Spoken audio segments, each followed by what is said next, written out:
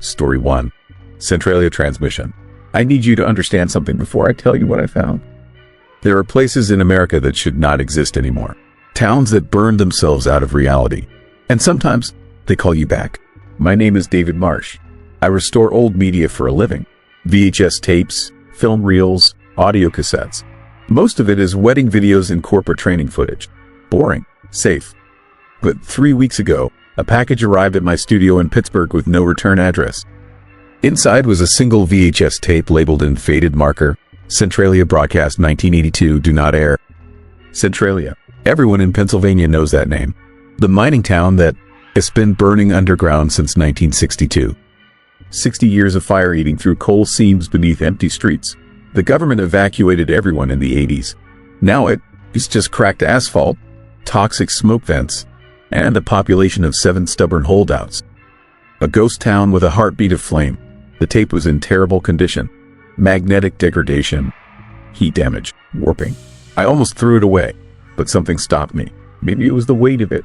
VHS tapes have a certain heft, but this one felt heavier. Denser, like it contained more than 90 minutes of footage. I loaded it into my deck at 11:47 p.m. on a Thursday.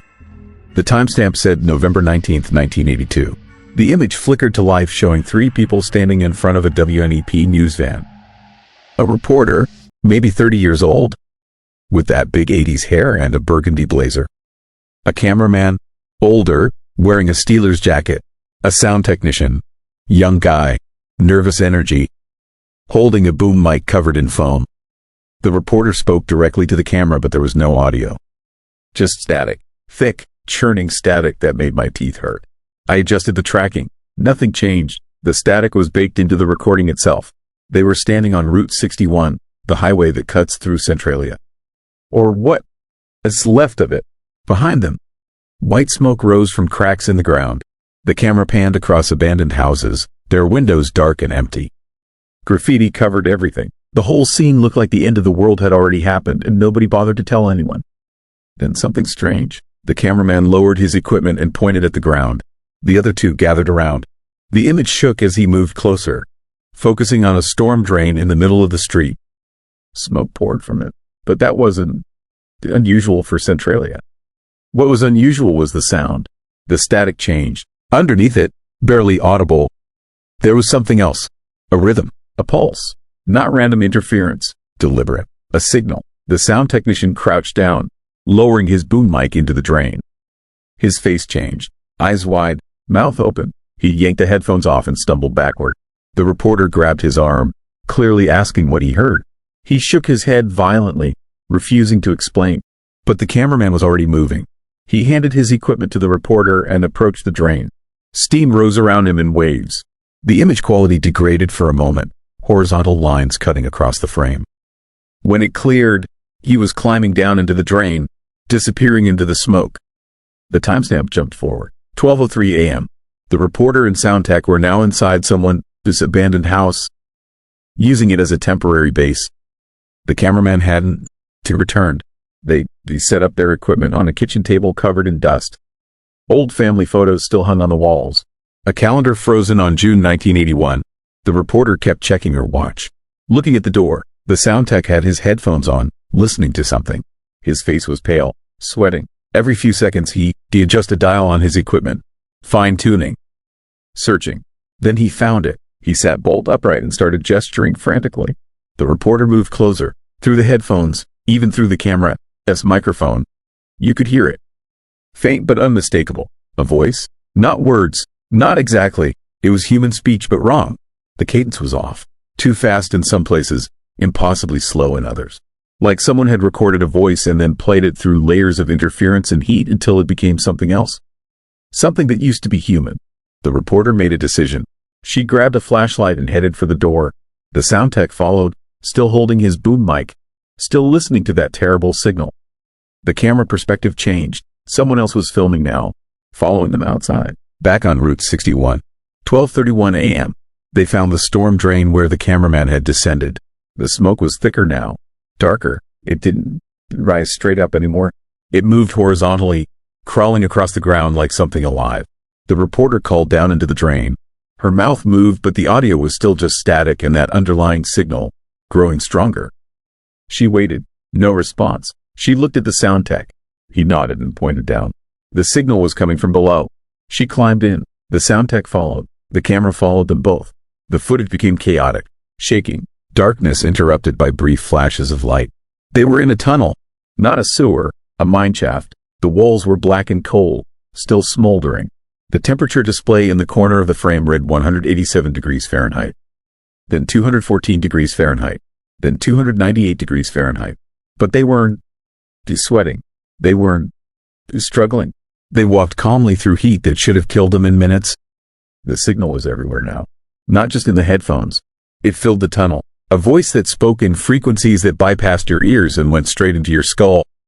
I could feel it through the TV speakers, a pressure behind my eyes, a taste like copper and ash. The tunnel branched, left and right. They went left. The camera captured markings on the walls. Not graffiti, older, symbols carved into coal, circles within circles, eyes that weren't eyes, patterns that hurt to look at. The timestamp jumped again. 1:47 a.m. They'd been underground for over an hour. The temperature readout showed 612 degrees Fahrenheit. Impossible. The footage should have melted. The tape should have degraded. But the image remained clear. Too clear. They found him, the cameraman. He was standing at the end of a long corridor, facing a wall. Perfectly still, not moving at all, not even breathing, as far as I could tell. The reporter approached slowly, put her hand on his shoulder. He didn't react. She moved around to face him. His eyes were open, staring. His skin was gray, not burned, gray, like stone, like coal. The reporter backed away, bumping into the sound tech. He grabbed her arm to steady her, but he was staring past the cameraman now, at the wall. It wasn't a wall.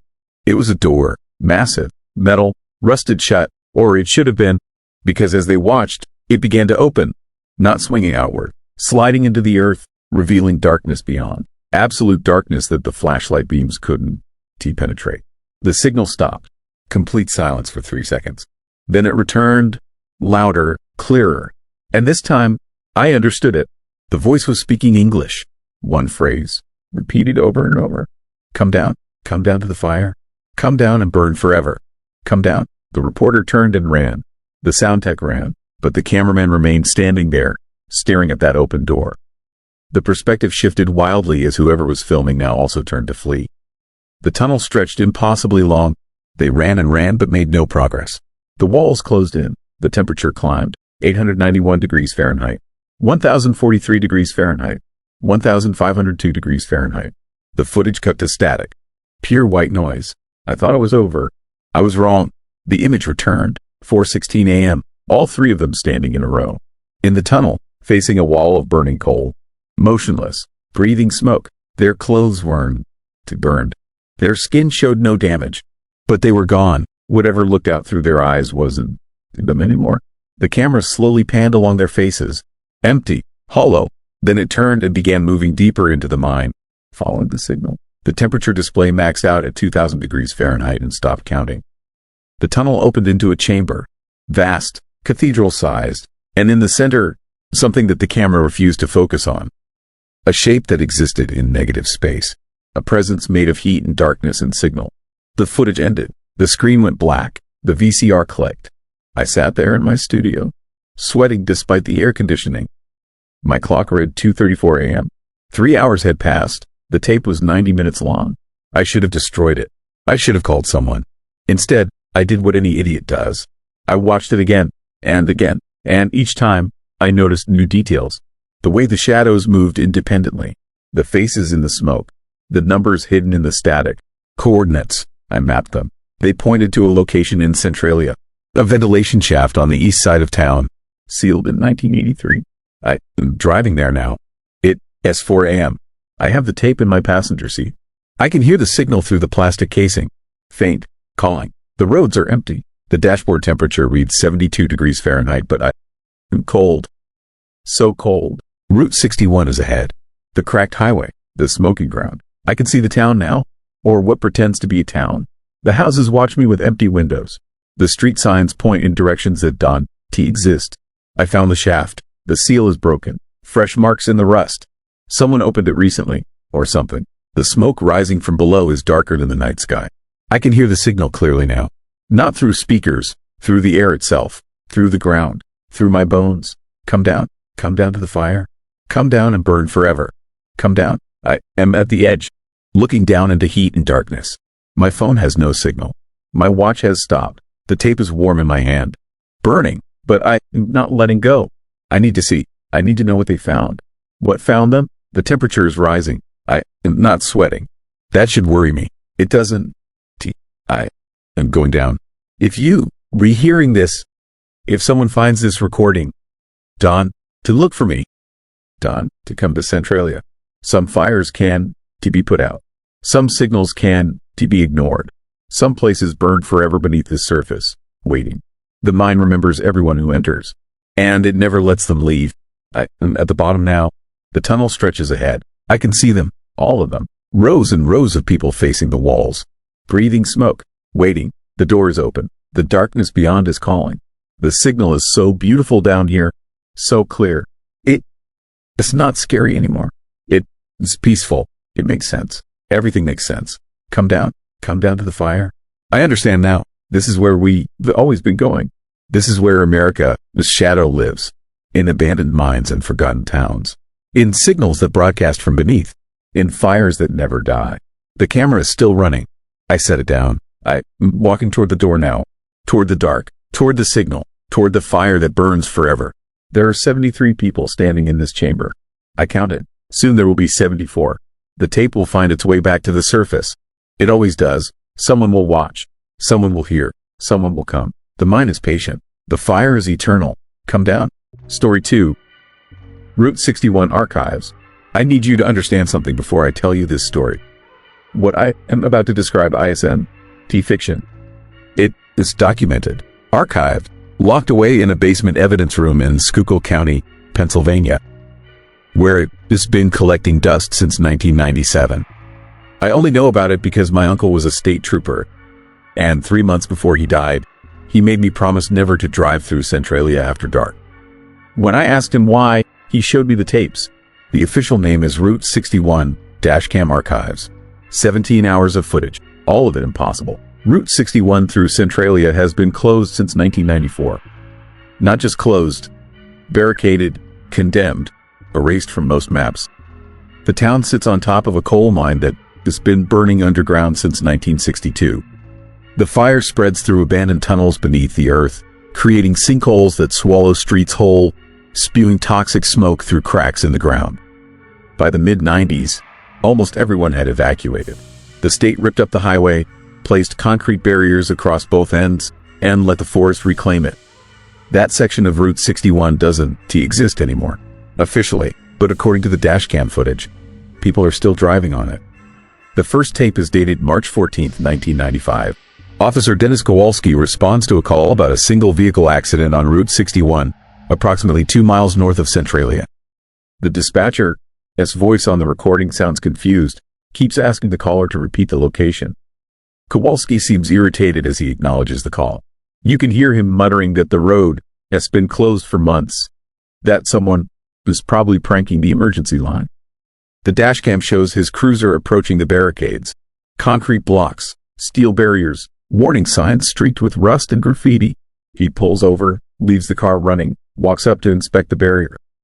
Everything looks untouched. He gets back in, reports no accident, no vehicles, nothing unusual. He is about to leave when the headlights catch something. Tire marks, fresh tire marks in the dirt, leading around the barrier and onto the cracked asphalt beyond. Kowalski follows them. His cruiser bounces over the broken pavement, weaving around potholes and sinkholes. Graffiti covers the road. Symbols, names, dates from the 80s. Trees lean over the asphalt, branches scraping the roof of his car. The whole scene is unsettling, eerie, like driving through the skeleton of something long dead. Smoke rises from cracks in the earth, illuminated by his headlights in ghostly columns. 3 minutes into the tape, he finds the car, a blue sedan, late 80s model, sitting in the middle of the road, engine running, headlights on. Driver, his door open. Kowalski approaches slowly, one hand on his weapon. He calls out. No response. He circles the vehicle, peering inside. The interior light is on. Keys still in the ignition. A purse on the passenger seat. Fast food bag on the floor. still warm. The radio is playing some old song from the 50s, crackling with static. But there is no driver, no one around, just the car idling on a road that shouldn't have any traffic. He runs the plates. The vehicle belongs to a woman named Margaret Holloway, reported missing in 1987. 8 years ago. Kowalski, his breathing gets heavier on the audio. He radios for backup, describes the situation. The dispatcher sounds skeptical, asks him to confirm his location. He confirms. Route 61, 2.3 miles north of Centralia. The dispatcher pauses, then tells him Route 61 has been closed since last year. Asks if he is sure about his position. He is sure. Backup never arrives. The tape cuts off at the 18-minute mark. Officer Kowalski was found 6 hours later, parked at a gas station 40 miles away. He had no memory of leaving Route 61. Couldn't he explain how he'd gotten there? His dashcam was missing. It turned up 3 weeks later in the evidence room with no explanation. Kowalski requested a transfer 2 months after that, moved to Oregon, and never spoke about the incident again. But the archives didn't stop with Kowalski. Between 1995 and 1997, Pennsylvania State Police responded to 43 calls about accidents, stranded vehicles, or suspicious activity on the closed section of Route 61. Every single call came from a different phone, usually pay phones in towns miles away. Every caller described the same thing: cars driving on the abandoned highway at night, sometimes with their headlights off, sometimes going the wrong direction. And every time officers investigated, they found the road empty, except for the dashcam footage. The tapes show cars, lots of them, sedans, trucks, vans, driving slowly, carefully, like they re-navigating a dangerous, unfamiliar road. None of them modern, all of them old, 70s, 80s models, rusted, dirty, some with license plates that haven't been issued in decades. On one tape, Officer Linda Vasquez follows a pickup truck for nearly 10 minutes. The truck moves at exactly 35 miles per hour, never speeding up or slowing down, even when the road deteriorates into rubble. Vasquez tries to pull it over. Lights flashing, sirens blaring. The truck doesn't stop, doesn't even react, just keeps driving, steady and methodical, until it reaches a section where the road has completely collapsed into a massive sinkhole. The truck drives straight into it. Vasquez slams on her brakes, jumps out, runs to the edge. The sinkhole is 30 feet deep, filled with rubble and smoke. No truck, no wreckage, no sound, just the crackling hiss of the underground fire. She searches for 2 hours, finds nothing, and finally leaves. The dashcam records her walking back to the cruiser, shaking, talking to herself. She keeps saying the same thing over and over. It didn't stop. It just kept going. It didn't stop. The most disturbing tape is dated October 9, 1996. Officer Raymond Butcher responds to a call about a stranded motorist. The caller reported seeing a man standing beside a car on Route 61, waving for help. Butcher arrives at the location just after midnight. His dashcam shows the barricades, the graffiti, the fog rolling across the road like something alive. And then he sees the man, standing in the middle of the highway, arms at his sides, facing the cruiser. Butcher stops, turns on his spotlight. The man doesn't move, doesn't shield his eyes from the light, just stands there, staring. Butcher gets out, approaches cautiously. He asks if the man needs help. No response. He asks again, louder. Still nothing. He is close enough now to see details. The man is wearing a denim jacket and jeans, both caked in dirt. His hair is styled in a way that looks decades out of date. His face is pale, expressionless, eyes wide and unblinking. Butcher asks for identification. The man reaches slowly into his jacket pocket, pulls out a wallet, hands it over. Butcher examines the driver, his license under his flashlight. The license belongs to Michael Drennan. Date of birth, 1953. Issued in 1981. Butcher looks up, asks where the man's car is. The man turns, points down the road. Butcher follows his gaze. There, a vehicle about 100 yards ahead, barely visible in the fog. An old station wagon, wood paneling on the sides. Pennsylvania plates from the 80s. Butcher asks what happened, why the man is out here on a closed road. The man doesn't answer, just keeps staring at him with those wide, empty eyes. Butcher asks again, more firmly. The man opens his mouth, like he is about to speak. Instead, He screams. Not a scream of pain or fear. Something worse. A raw, guttural, inhuman sound that goes on, echoing across the empty highway. Butcher stumbles backward, hand on his weapon. The man keeps screaming, his mouth stretched impossibly wide, his eyes never blinking. And then he turns and walks toward the station wagon. Butcher yells for him to stop. The man doesn't stop, just walks, slow and steady, disappearing into the fog. Butcher runs after him, shouting, but the fog is too thick, too disorienting. He reaches the station wagon. The driver's door is open. Interior light on, keys in the ignition, a map spread across the passenger seat, dated 1983, showing roads that don't exist anymore, towns that have been abandoned for decades. No sign of the man. Butcher searches the area for 30 minutes, finds nothing, and returns to his cruiser. The dashcam shows him sitting in the driver's seat, staring at the license still in his hand. Michael Drennan, born 1953. The man in the photograph looks exactly like the man on the road. Same jacket, same hairstyle, same dead expression. According to Pennsylvania records, Michael Drennan disappeared on Route 61 in October 1987, 9 years before this encounter. His car was found abandoned near Centralia. Driver, his door open, keys in the ignition. He was never seen again, until Officer Butcher met him on a road that had been closed for 2 years. Butcher submitted his report the next day and requested immediate reassignment. His request was denied. He quit 3 weeks later and moved to Florida. He died in 2003. Heart attack. He was 46 years old. The archives contain 14 more tapes. Each one shows something impossible. Cars driving on a road that doesn't exist. People asking for directions to towns that burned down decades ago. Vehicles matching descriptions from missing persons cases in the 70s and 80s. Still driving. Still searching. Still trapped on Route 61. The last tape is the worst. It's dated June 22, 1997. Officer Sarah Kimball responds to a report of multiple vehicles on the closed highway. She arrives around 2 in the morning. Her dashcam shows the barricades, the darkness, the smoke rising from the ground. And beyond the barricades, headlights, dozens of them, a line of cars stretching into the distance, all moving slowly, all heading in the same direction. Kimball radios dispatch, describes what she is seeing.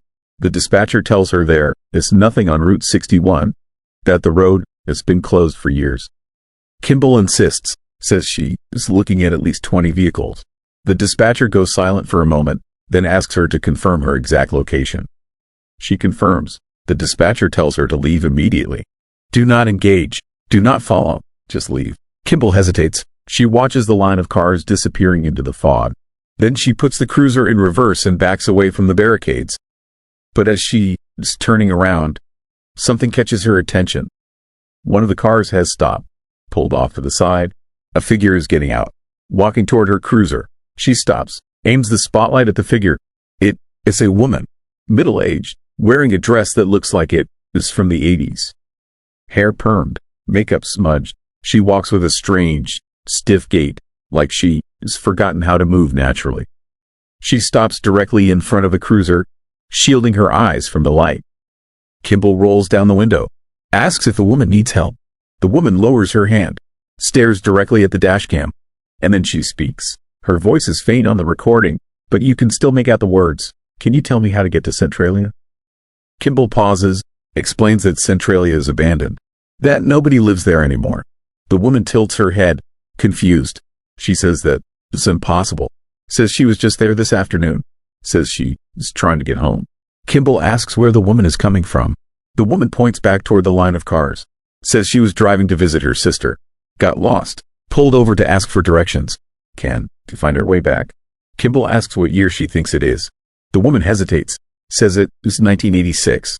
Kimball, his hands tighten on the steering wheel. She tells the woman to stay where she is, that she is going to call for help. But when she reaches for the radio, the woman steps closer, leans down to the window. Her face fills the dashcam frame. Her skin is gray, sunken. Her eyes are wrong, too dark, too empty. She whispers, we're all lost. We've been driving for so long. Please help us find our way home. Kimball guns the engine, tires screeching as she reverses. The woman doesn't move, just stands there, watching the cruiser speed away.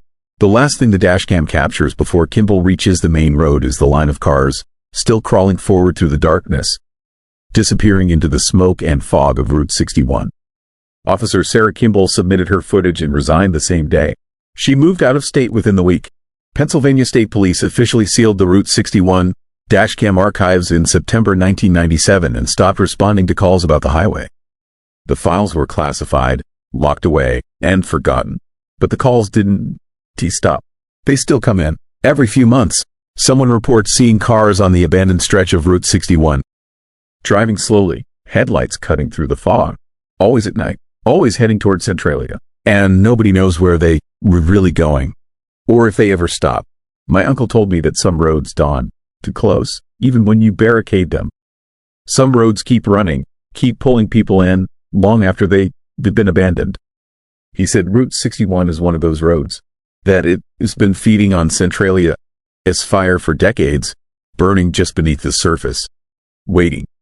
He told me that if I ever see headlights on Route 61 after dark, I should keep driving.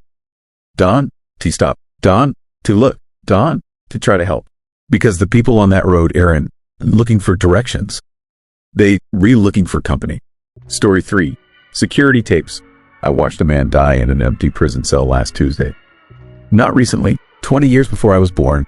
Let me explain. My name is Marcus Webb, and until 6 days ago, I worked as a digital archivist for the Pennsylvania Historical Commission. My job was simple. Convert old analog security footage to digital formats before the tapes degraded beyond recovery. Boring work, safe work, the kind of job where the scariest thing you encounter is mold on a cardboard box. Eastern State Penitentiary changed that. The prison closed in 1971, became a museum in 1994. Between those years, it sat empty, abandoned, a massive Gothic fortress in the heart of Philadelphia, silently rotting. But here, it's what the historical records want to tell you. They kept security cameras running the entire time. Battery backups, motion sensors, 12 cameras covering cell block 7. Nobody knows why. I received the tapes in a water-damaged box marked property of ESP security. Dispose. 23 VHS cassettes, each labeled with dates between 1991 and 1994. No accompanying documentation. No explanation for why footage from an empty building needed to be preserved. The notepaper clipped to the box said, "Digitize and archive. Do not watch after dark." I thought it was a joke. The first tape seemed normal. Grainy black and white footage of empty corridors. Cell block 7 stretched out in that distinctive radial design Eastern State is famous for, a central hub with cell blocks extending like spokes on a wheel. The timestamp read March 15, 1991, 11:47 p.m. I watched shadows move across the walls as clouds passed over the moon outside. Dust particles floated through the frame. Nothing else moved. Then I noticed the cell doors. Cell 47 stood open at 11:47 p.m. At 11:51 p.m., it was closed. I rewound the tape 3 times. No movement, no sound, just open, then closed. Like someone had edited out 4 minutes of footage, except the timestamp ran continuously. I told myself it was a mechanical failure. Old hinges, wind, anything logical. The second tape arrived the next morning. I hadn't ordered it. It just appeared on my desk with a yellow sticky note. You, rewatching. Keep going. This footage showed the same corridor, same cell block, different date, April 2nd, 1991. The timestamp said 3:17 a.m. For 11 minutes, nothing happened. Then a shadow appeared at the far end of the corridor. Not a shadow cast by something, just a shadow, darker than the surrounding darkness, moving independently through the frame. It stopped outside cell 47. The same cell. The shadow had a shape. Humanoid. Tall. It stood there for exactly 3 minutes, facing the cell. Then it walked through the bars and disappeared. I froze the frame, enhanced the image. The shadow had left something behind. A wet footprint on the concrete floor. When I zoomed in, I could see the tread pattern of a boot. A work boot, the kind prisoners wore during hard labor. But Eastern State had been empty for 20 years. The third tape showed up that evening. No note this time, just the cassette, labeled May 18, 1991. Sitting in the middle of my desk. I hadn't left my office all day. Nobody else had accessed this room. We had key card security. The logs showed only my entry. I should have stopped. I should have called someone. Instead, I loaded the tape. Cell block 7 looked different in this footage. The shadows seemed thicker, pooling in corners like liquid. The timestamp read 3:17 a.m. again. Same time as before. The camera covering the central hub showed all 7 cell blocks extending outward, each corridor lined with cells. A horrifying realization hit me as I watched. The cell doors were opening and closing in sequence, starting from the hub and moving outward, one after another, like a wave of mechanical movement rolling down each corridor. But there was no power in the building. No electricity had flowed through Eastern State Penitentiary since 1971. The security cameras ran on battery backups, isolated systems. The cell doors had no power source. They couldn't open. They couldn't close. Yet on the tape, I watched them do exactly that, moving in perfect synchronization, creating a rhythmic pattern that felt deliberate, purposeful. At 3:20 a.m., a figure appeared in cell 47. I almost missed it, just a flicker on the edge of the frame. But when I rewound and watched again, there was no doubt. A man stood in the cell, facing the wall. He wore the striped uniform prisoners had worn decades earlier. His posture was rigid, unnatural. He moved for 7 minutes. Then, without warning, he turned toward the camera. I couldn't see his face. The resolution was too poor, the lighting too dim. But I felt him looking at me through 20 years of recorded time. Looking directly at the camera. Looking at whoever would eventually watch this tape. He raised one hand and pointed at something off screen. Then the footage cut to static. The 4th tape appeared at my apartment. On my kitchen table. I live alone. I keep my doors locked. The building has security. Nobody should have accessed my home. Yet there it was, labeled June 6, 1991, waiting for me when I got back from work. My hands shook as I set up my personal VCR. I knew I shouldn't watch. I knew something was deeply, fundamentally wrong with these tapes, but I couldn't stop. The mystery had hooks in my mind, pulling me deeper. This footage showed multiple cameras simultaneously. A split-screen view of 4 different corridors in cell block 7. All 4 timestamps read 3:17 a.m. In each frame, shadows moved through the cells. Not one shadow, dozens. They walked the corridors in groups. Their movements coordinated, like prisoners during a scheduled activity period. But they weren't prisoners. They couldn't be. The shapes were wrong. Some moved on all 4s. Others seemed to float inches above the ground. One crawled along the ceiling, its limbs bent at impossible angles. They moved between the cells, passing through walls and bars like smoke, gathering in the central hub where the corridors met. The footage quality degraded as I watched. Lines of static rolled across the screen. The audio, which had been silent until now, began picking up sounds. Footsteps, metal scraping against concrete, breathing, heavy, labored breathing that echoed through the empty prison. Then the screaming started, not from the tape, from outside my apartment. I ran to the window. The street below was empty. 3 in the morning, nobody around, but I could hear it clearly. A man screaming in terror, his voice raw and desperate. It seemed to come from everywhere and nowhere, echoing between the buildings. Then it stopped. Sudden silence. When I turned back to the TV, all 4 camera feeds showed the same image. Hundreds of figures standing in their cells, facing outward, staring directly at the cameras. Staring at me. I didn't sleep that night. I couldn't. Every time I closed my eyes, I saw those shapes standing motionless in their cells, their faceless heads turned toward me. I called in sick the next morning, told my supervisor I had the flu. I needed time to think, to figure out what was happening. The 5th tape arrived by mail, delivered to my apartment at 3:17 p.m. The timestamp on the delivery confirmation said 3:17. I hadn't ordered anything. The package had no return address, just my name and address written in neat block letters. Inside was a VHS cassette labeled August 14, 1991, and a photograph. An old Polaroid, faded and yellowed. It showed a man in a security guard uniform standing outside cell block 7. He was smiling, holding up a badge. On the back, someone had written, Ray Patterson, Night Security, Final Shift. I recognized the name. Ray Patterson had been the last night guard employed during the empty years. He died in 1994.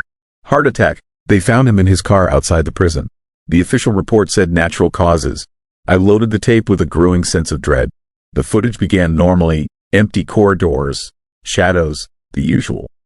Then, at 3:17 a.m., Ray Patterson appeared on screen. Not as a shadow or a figure, Actually him, walking the corridor with a flashlight, checking cells.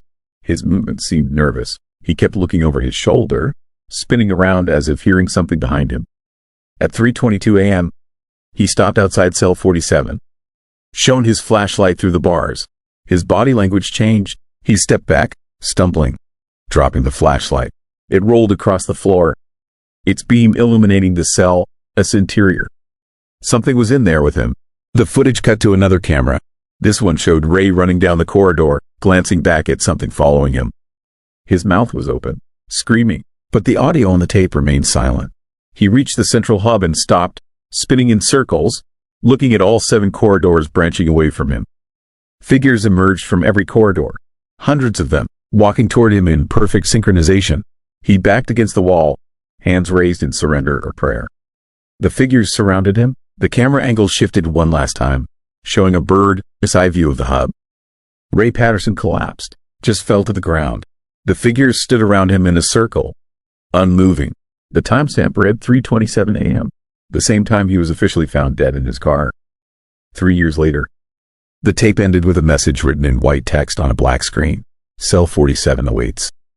I spent the next 2 days researching. Eastern State Penitentiary had a brutal history. Built in 1829, it pioneered the Pennsylvania system of prison discipline. Complete isolation, no human contact. Prisoners locked in individual cells for years at a time. Many went insane. Some died alone in those cells, undiscovered for days.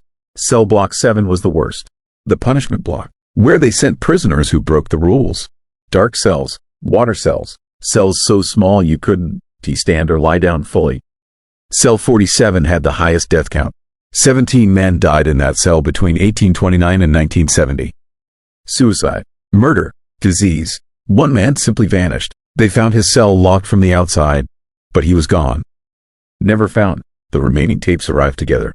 18 cassettes, delivered at once, stacked in a milk crate outside my apartment door at 3:17 a.m. on the 6th night. I know because I was awake, staring at my clock, watching the digits change. I heard something hit my door. When I checked, there they were. Each tape was dated sequentially through 1994. The final one was labeled December 31st, 1994, 3:17 a.m. I watched them in order, documenting my own descent into whatever nightmare had consumed Ray Patterson. The footage grew progressively more disturbing. More shadows, more figures. The prison coming alive at 3:17 a.m. every night, filling with inmates who had died decades earlier. They walked their old routines, sat in their cells, gathered in the yard that no longer existed, living out their eternal sentences in a prison that had moved beyond the physical world. The final tape was different. All 12 cameras showed the same feed, a single static image. Cell 47. The door stood open. Inside, a figure waited. Not a shadow this time. Something solid, real. It stood in the corner, face to the wall, wearing modern clothes. My clothes. The figure turned slowly. I saw my own face staring back at me from the screen. Except the eyes were wrong. Empty, black. My doppelganger smiled and raised one hand, beckoning, inviting me in. The timestamp read December 31st, 1994, 3:17 a.m. The night before Eastern State Penitentiary officially opened as a museum. The night they finally shut down the security system. The last night anyone watched those cameras. Until now. I am writing this at 3 a.m. I have 17 minutes. The tapes are stacked beside me. Every single one is now playing simultaneously on every screen in my apartment. My TV, my laptop, my phone. I didn't turn them on. They just started, all showing the same footage. Cell 47. The door is open wider now. I can see inside clearly. The figure isn't there anymore. Because it is here, in my apartment. I can feel it standing behind me. The temperature has dropped 30 degrees. My breath comes out in white clouds. The shadows in my room are moving independently, gathering in the corners, pooling like oil. I understand now. The tapes weren't a warning. They were a summons. By watching, I became part of the pattern. Another guard checking cell block 7 at 3:17 a.m. Another witness to whatever dark ritual plays out in that place. Ray Patterson tried to stop it. He watched the tapes, trying to understand. It killed him, and now it's coming for me. The clock reads 3:16 a.m. 60 seconds left. Every shadow in my apartment is moving toward me. They have shapes now, familiar shapes, hundreds of prisoners, All the inmates who died at Eastern State, drawn by the footage, pulled through time by their own recorded suffering. I can see cell 47 on my screens. The perspective has changed. The camera is inside the cell now, pointing outward at the corridor. Like I am looking out from within. Like I am already there. The door is closing. I understand the final message now. Cell 47 awaits. Not as a place, but as a state of being. A recording loop, forever watching. Forever watched. Trapped in the endless cycle of 3:17 a.m. The dead prisoners aren't trying to escape. They trying to share their sentence. They lonely in their eternal isolation. They need company. They need guards to witness them. They need people to watch the tapes. The clock reads 3:17 a.m. The screens go black, all of them at once. Then they flicker back on, showing new footage. Live footage, my apartment, from 12 different angles, cameras that exist. But they re-recording anyway. Recording me, recording this moment, creating a new tape that will eventually find someone else.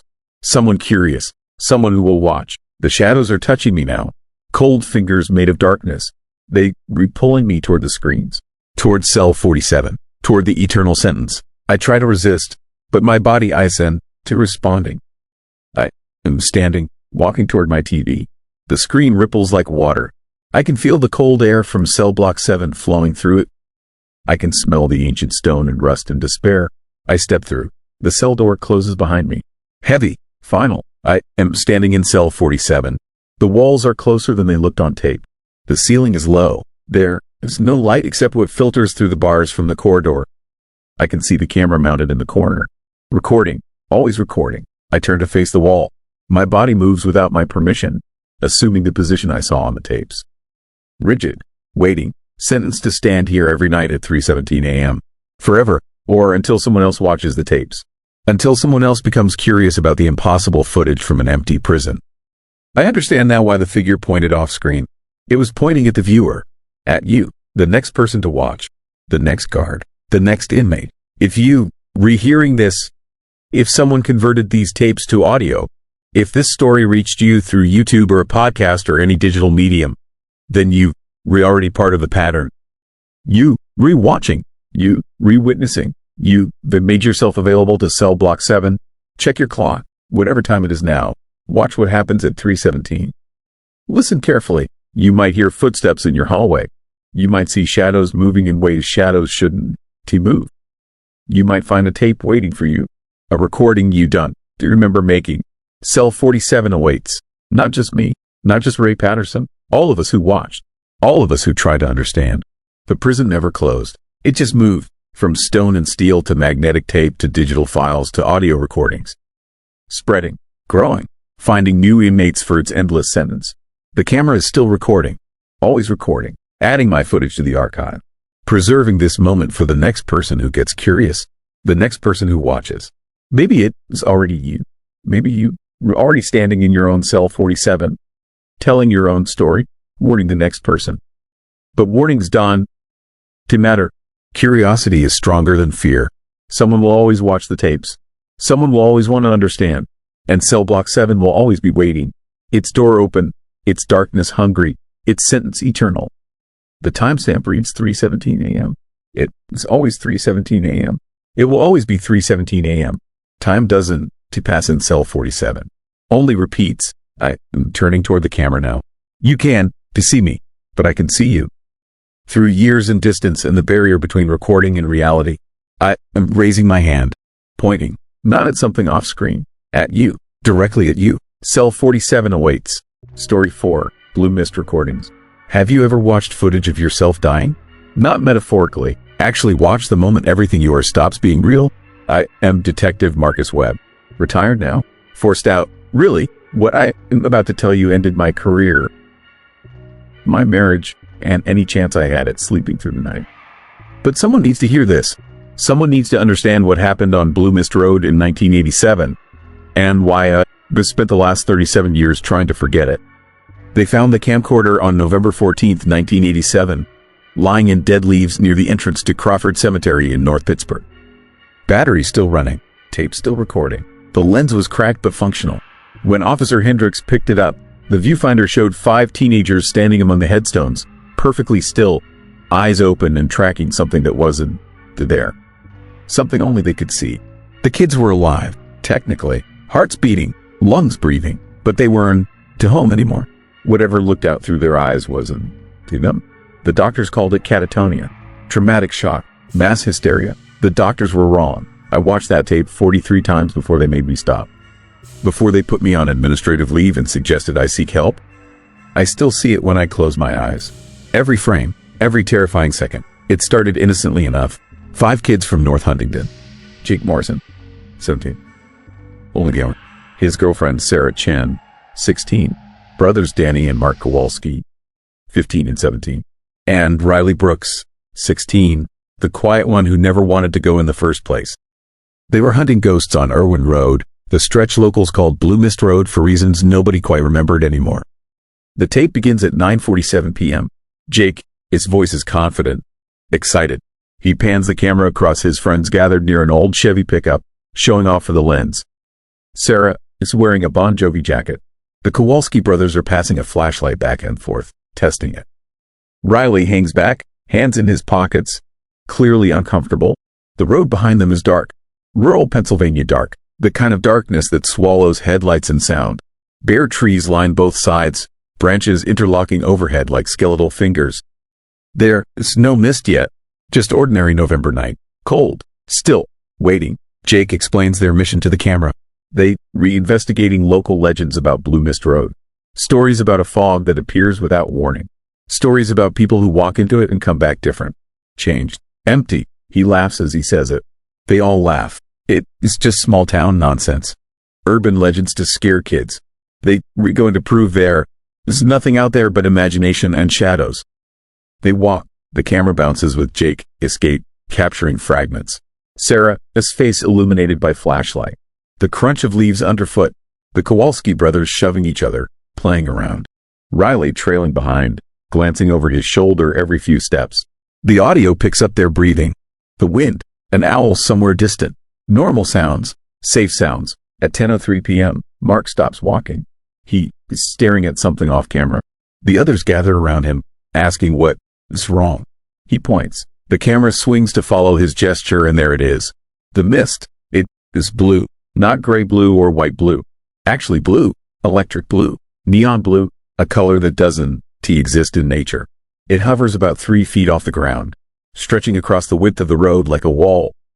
It doesn't move the way fog moves. It doesn't drift or swirl. It pulses, like something breathing, like something alive. The laughter stops. The joking ends. Even through the camera, you can feel the temperature drop. You can sense something fundamentally wrong about what they see. Sarah suggests they go back. Her voice shakes. Riley agrees immediately, but Jake keeps filming. Danny steps closer. Mark follows his brother. Male stupidity and teenage bravado. The two things that kill more people than any horror could. The mist responds to their approach. It brightens. The blue intensifies until the camera's exposure struggles to compensate. The audio changes. Underneath the wind and the rustling leaves, there is something else. Low frequency, felt more than heard. The kind of sound that vibrates in your chest and makes your teeth ache. At 10:09 p.m., something walks out of the mist. The camera catches it for exactly 4 seconds before Jake stumbles backward. But those 4 seconds destroyed 5 lives and ended my career. I analyzed those frames hundreds of times, enhanced them, slowed them down, tried to understand what I was seeing. I still can. The human brain isn't built to process it. It was humanoid. 2 arms, 2 legs, a head, but the proportions were wrong. The limbs too long, the joints bending in directions joints don't bend. It moved with a gliding motion, like it was on rails hidden beneath the road. Its head swiveled to track the teenagers, turning a full 180 without the body moving at all. And the face, God, the face, where features should have been, there was just smoothness. Blank skin stretched over nothing, except the eyes. The eyes were there, too many of them, clustered where a mouth should be.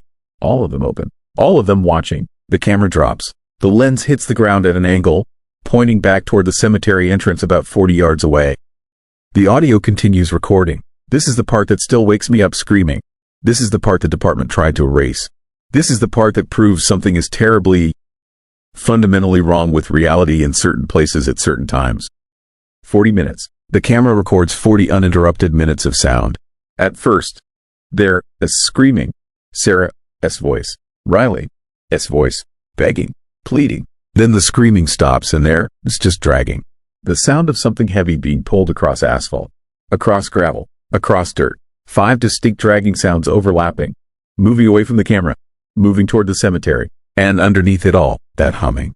That awful vibration that makes your bones feel like they were trying to escape your skin. At 10:51 p.m., the dragging stops. Silence for 8 seconds. Then footsteps, coming back, walking slowly, deliberately. The camera's microphone picks up breathing. Not human breathing, something mechanical, rhythmic, a bellows inflating and deflating. The footsteps pass within inches of the camera. The lens captures a shadow. Impossibly tall, impossibly thin, moving back toward the mist, back toward Blue Mist Road, back to wherever nightmares go when morning comes. The police arrived at 11:34 p.m. Jake, his father, had called when the kids missed curfew. The officers found the Chevy pickup first, then the camcorder, then the teenagers, all 5 standing in a loose circle in the center of Crawford Cemetery. Standing among graves from the 1800s. Standing so still they looked like monuments themselves. Their eyes were open, tracking, following something invisible as it circled them. Around and around and around. I arrived at 11:52 p.m. I was 41 years old. 20 years on the force. I'd seen bodies, accidents, violence. Nothing prepared me for what I saw in that cemetery. Nothing could. Those kids were still standing there, still tracking, and the air around them was cold. Wrong cold. The kind of cold that seeps into your soul and never leaves. My breath fogged. My fingers went numb, but the temperature gauge in my cruiser read 53 degrees. We tried everything, speaking to them, touching them, physically moving them. They didn't respond. Wouldn't respond. Their muscles were rigid, locked. Their eyes continued tracking in unison. Left, right, up, down, following something none of us could see. Following something that was right there with us, invisible, watching us watch them. The EMTs transported them to Forbes Hospital. They were still there. All 5 of them, 37 years later, standing, always standing. The doctors propped them up with supports, feed them through tubes. Their bodies aged, but their eyes never stopped tracking, never stopped following. Whatever they see is still there, still circling, still watching. And sometimes, late at night, the nurses hear them whisper. All 5 voices speaking in perfect unison, speaking words in a language that predates human speech. Speaking to something that listens from places between places. I took the camcorder home that night. Against protocol. Against orders. I needed to understand. I needed to see. I watched the tape that first time at 2:17 a.m. in my basement. My wife was asleep upstairs. My daughter was at college. I was alone in the blue glow of the television, watching 5 kids walk into something that unmade them. When I finished, I looked up and saw it, reflected in the black screen of the television. The mist, blue and pulsing and waiting. Behind me, in my basement, in my home. I spun around, but there was nothing there. Just my furnace, my storage boxes, my workbench. But the temperature had dropped. My breath fogged, and I could hear it. That humming, that vibration in frequencies below hearing. I ran upstairs, locked my basement door, didn't go back down for 3 weeks. When I finally did, there were marks on the floor, drag marks, leading from where I'd been sitting to the basement window. To the window that doesn't open. To the window that looks out on nothing but darkness. The department buried the case, called it a gas leak, environmental toxin, something rational, something safe. They took the tape, locked it in evidence, told me to forget what I'd seen, told me to move on. I tried, I really tried, but the mist doesn't forget. It remembers everyone who sees it, everyone who knows. I started seeing it everywhere. In morning fog, in steam from my coffee, in the blue glow of streetlights. Always that same electric blue. Always pulsing, always watching. My wife left me after I boarded up the windows. My daughter stopped calling after I told her what I'd seen. The department forced me into retirement after I tried to burn the evidence room. After I tried to destroy that tape before it could show anyone else. Before it could call anyone else. But you can destroy it. I know that now. There are 17 copies scattered across police departments and research facilities. The tape reproduced itself, duplicated, spread, like a virus, like an invitation. And everyone who watches it sees the mist eventually. In their homes, in their cars, in reflections and shadows. It is looking for something. Or someone. It's always looking. Last week, I drove back to Blue Mist Road. First time in 37 years. The street is abandoned now. Houses boarded up. Businesses closed. The county erected barriers, posted warnings. Gas leak. Toxic contamination. Do not enter. But the real warning should read something else. Something true. It should read, something lives here. Something that walks in blue mist and takes what it wants. Something that has been there longer than roads and longer than towns. Something that is waiting for curious teenagers and old detectives who can leave nightmares alone. I parked at the cemetery entrance. Same spot the kids left the pickup. I could see the headstones in the distance. Could imagine 5 figures standing among them. Still standing. Still watching. Still following. The sun was setting. Darkness coming on. And there, in the distance, at the far end of Irwin Road, I saw it. The mist, blue and beautiful and absolutely terrifying, pulsing in the gathering dark, waiting, patient, eternal. I am recording this now. Same spot Jake stood 37 years ago. Same cold November night. My phone camera ISN, it is as good as his camcorder, but it captures enough. It captures the mist. It captures the thing walking out of it. The thing with too many joints and too many eyes and no face at all. It's closer now than it was then. Much closer. It's been getting closer every year. Every month. Every day. It is patient. But it is also hungry. And it remembers everyone who sees it. Everyone who knows. Everyone who tells. The humming is so loud now. My chest hurts. My vision blurs. The temperature just dropped 30 degrees in 5 seconds. My breath comes out in clouds of frozen vapor. The thing is 10 feet away. 5 feet. Close enough to touch. Close enough to smell. It smells like ozone and copper and something else. Something old. Something that was never alive but has always existed. Something that wears the shape of humans but ISN. Isn't even close. I can see myself reflected in its eyes. All 47 of them. See myself small and scared and about to understand. About to really understand what happened to those kids. What happens to everyone who sees? What is about to happen to you? Because you, re-listening. You, rehearing. You, re-knowing. And the mist remembers. The mist is patient. The mist is coming. Look behind you. Check your mirrors. Watch the fog. It's already there. It's always been there. Waiting in blue. Waiting for you. I'm sorry. I'm so sorry. I shouldn't have told you. But it made me. It always makes you tell. It wants more. It needs more. And now you re-part of it. Part of the Blue Mist Road incident. Part of the thing that never ends. My camera just dropped. I can hear dragging. Can you? Story 5. Abandoned Mom. I found the tape in a storage unit auction outside Pittsburgh. Box of junk from an estate sale. Dead guy. No family. Everything getting liquidated. Most of it was garbage. Old tools. Magazines. Broken electronics. But at the bottom, wrapped in a trash bag, was a high-8 camcorder from the 90s. The tape was still inside. I almost threw it out. Should have thrown it out.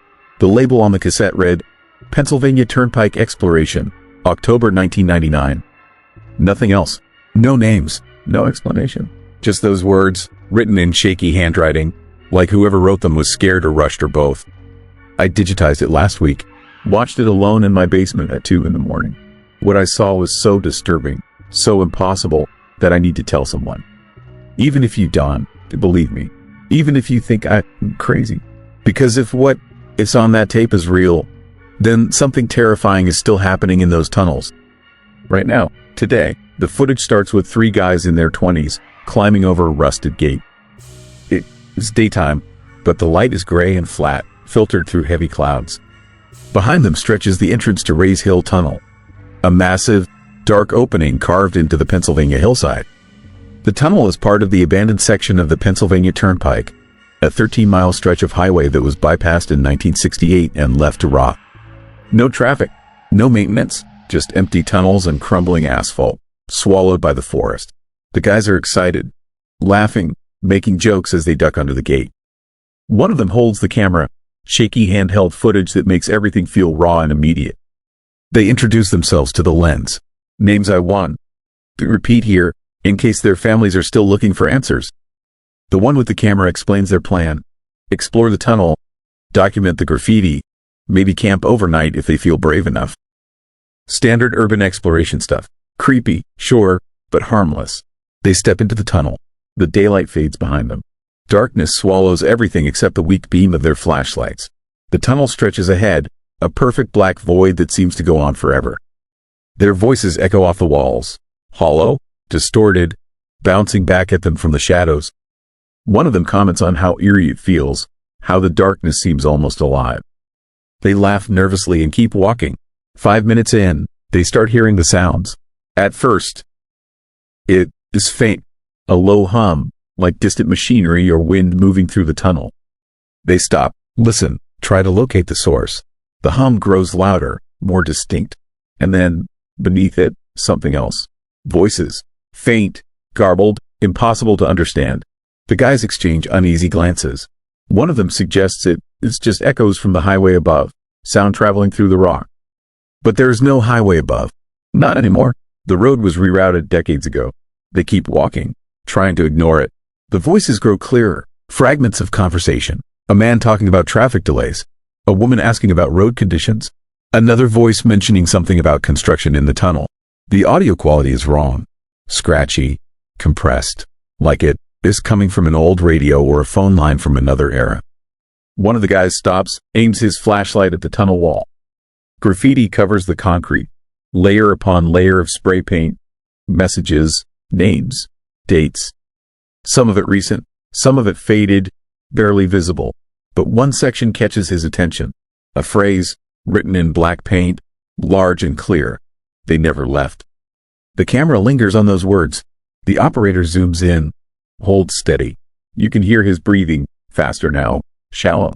One of his friends asks what it means. Nobody answers. They move deeper into the tunnel. The voices grow louder, overlapping, creating a chaotic chorus that fills the darkness. The guys are no longer joking. They walking faster. Flashlights sweeping left and right, illuminating patches of graffiti, broken glass, debris scattered across the pavement. The temperature drops. You can see their breath misting in the cold air. One of them mentions how wrong it feels, how the tunnel seems longer than it should be, like they've been walking for hours even though it's only been 20 minutes. And then they find the door. It is set into the tunnel wall, halfway up, about 8 feet off the ground. A metal door, rusted and dented, with no stairs or platform leading to it. Just a door, hanging in space, like it was installed by mistake or as some kind of joke. But there is a ladder leaning against the wall beneath it. Old, wooden, covered in dust. The guys debate whether to investigate. The voices in the tunnel are louder now, almost shouting, a cacophony of overlapping conversations that makes it hard to think. Finally, curiosity wins. One of them climbs the ladder. The wood creaks under his weight. He reaches the door, tries the handle. It is unlocked. He pushes it open, shines his flashlight inside. What he sees makes him freeze. It is a room. Small, concrete, filled with shelves. And on those shelves, hundreds of videotapes. VHS tapes, stacked in rows, each one labeled with a date and a time. The guy calls down to his friends, describes what he is seeing. They climb up to join him. The camera captures everything. The tapes are organized chronologically. The earliest ones date back to 1968, the year the tunnel closed. The labels are handwritten, meticulous. Each tape includes a date, a timestamp, and a single word. Observation. The guys pull a few tapes from the shelves, examine them under the flashlight. Some of the dates are from the 70s, some from the 80s and 90s, and some are from this year, 1999. One of the guys notices something horrifying. The last tape on the shelf is dated October 17th, 1999. That's next week. A tape that hasn't been recorded yet. Sitting on a shelf in an abandoned maintenance room that doesn't exist on any blueprint of the tunnel. The camera operator picks up the tape, turns it over in his hands. The label is identical to all the others. Same handwriting, same format. But the date is impossible. He sets it down carefully, like it might explode. His hands are shaking. One of his friends suggests they leave. Right now, forget the exploration. Forget the footage. Just get out of the tunnel and never come back. But before they can move, the voices stop. The sudden silence is worse than the noise. The tunnel goes completely quiet. No echoes, no hum, no voices, just dead, suffocating stillness. The guys stand frozen, listening, waiting for something to happen. And then they hear it. Footsteps. Heavy, deliberate, coming from somewhere deeper in the tunnel. Getting closer. The camera swings toward the door. One of them whispers that they need to leave. Now, they scramble down the ladder, flashlights swinging wildly, casting crazy shadows on the tunnel walls. The footsteps are louder now, echoing through the darkness, coming from both directions at once. Surrounding them, they run. The camera footage turns chaotic. Shaky images of the tunnel rushing past. Panting, shouting, the beam of the flashlight bouncing off walls and pavement. One of them trips, crashes to the ground. The others pull him up, keep running. Behind them, the footsteps quicken. Not running, just walking, steady, relentless, impossible to outpace, and then the voices start again. But this time, they read different, clear, immediate, saying their names. The guys hear their own names called from the darkness. The camera captures their terror. Wild eyes, panicked breathing, stumbling over debris as they race toward the tunnel exit. The voices keep calling, getting louder, overlapping, repeating their names over and over in a nightmarish chorus. One of them screams, the others dawn. Stop. They just run. The tunnel exit appears ahead, a circle of gray daylight, impossibly far away. They sprint toward it, legs burning, lungs heaving. The voices follow, chasing them through the darkness, shouting their names, begging them to stop, to come back, to stay. They burst through the tunnel entrance, stumbling into the daylight. The camera swings around, capturing the tunnel mouth behind them. Empty, silent. The voices are gone. The footsteps have stopped, just the dark opening, swallowing the light. The guys collapse on the ground, gasping for air. One of them is crying. Another is laughing hysterically, a sound caught between relief and shock. The camera operator sets the camcorder on the ground, pointed at the tunnel, and sits down. Nobody speaks. They just stare at that black entrance, waiting to see if something will emerge. Nothing does. The footage continues for another 10 minutes. The guys eventually gather their gear and leave, walking back to their car in silence. The camera captures one final shot. A long, lingering view of the Rays Hill Tunnel, dark and still, before the screen goes black. That should be the end of the tape. But it is not. There is more footage. Recorded later, different location, same camera. The time code jumps forward. October 17th, 1999. The date from the last videotape in the maintenance room. The footage shows the interior of the tunnel again. Same darkness, same oppressive silence. But this time, the camera ISN handheld. It is stationary, mounted on something, pointing down the length of the tunnel. At first, nothing happens. Just darkness and silence. Then, faint in the distance, a light appears. Headlights, a car, driving slowly through the tunnel. It approaches the camera, moving at a crawl, as if the driver is lost or confused. The vehicle passes directly in front of the lens, a sedan from the 60s, boxy and rusted. Pennsylvania plates. The driver is visible for just a moment. A middle-aged man, hands gripping the wheel, eyes wide with fear. The car continues into the tunnel and disappears into the darkness. Seconds later, another vehicle appears. Then another, a slow procession of cars, all of them old, all of them driving through a tunnel that has been closed for 30 years. Some of the drivers look normal. Others look wrong. Faces too pale, expressions too blank, movements too stiff. They pass the camera one by one, vanishing into the black. And then the camera catches something else. Walking between the cars. Figures, people, moving slowly, methodically, down the center of the tunnel.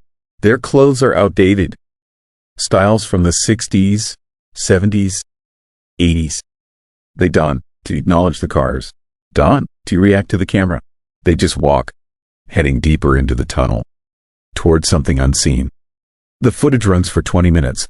Vehicle after vehicle, figure after figure. An endless parade of the lost, the forgotten, the trapped. And then, at the very end, the camera captures one final image. One of the explorers, standing in the tunnel, staring directly at the lens. He is wearing the same clothes from earlier in the tape. But his face is different. Hollow, empty. His eyes are dark, lifeless. He stands there for 5 seconds, 10 seconds, not moving, not blinking.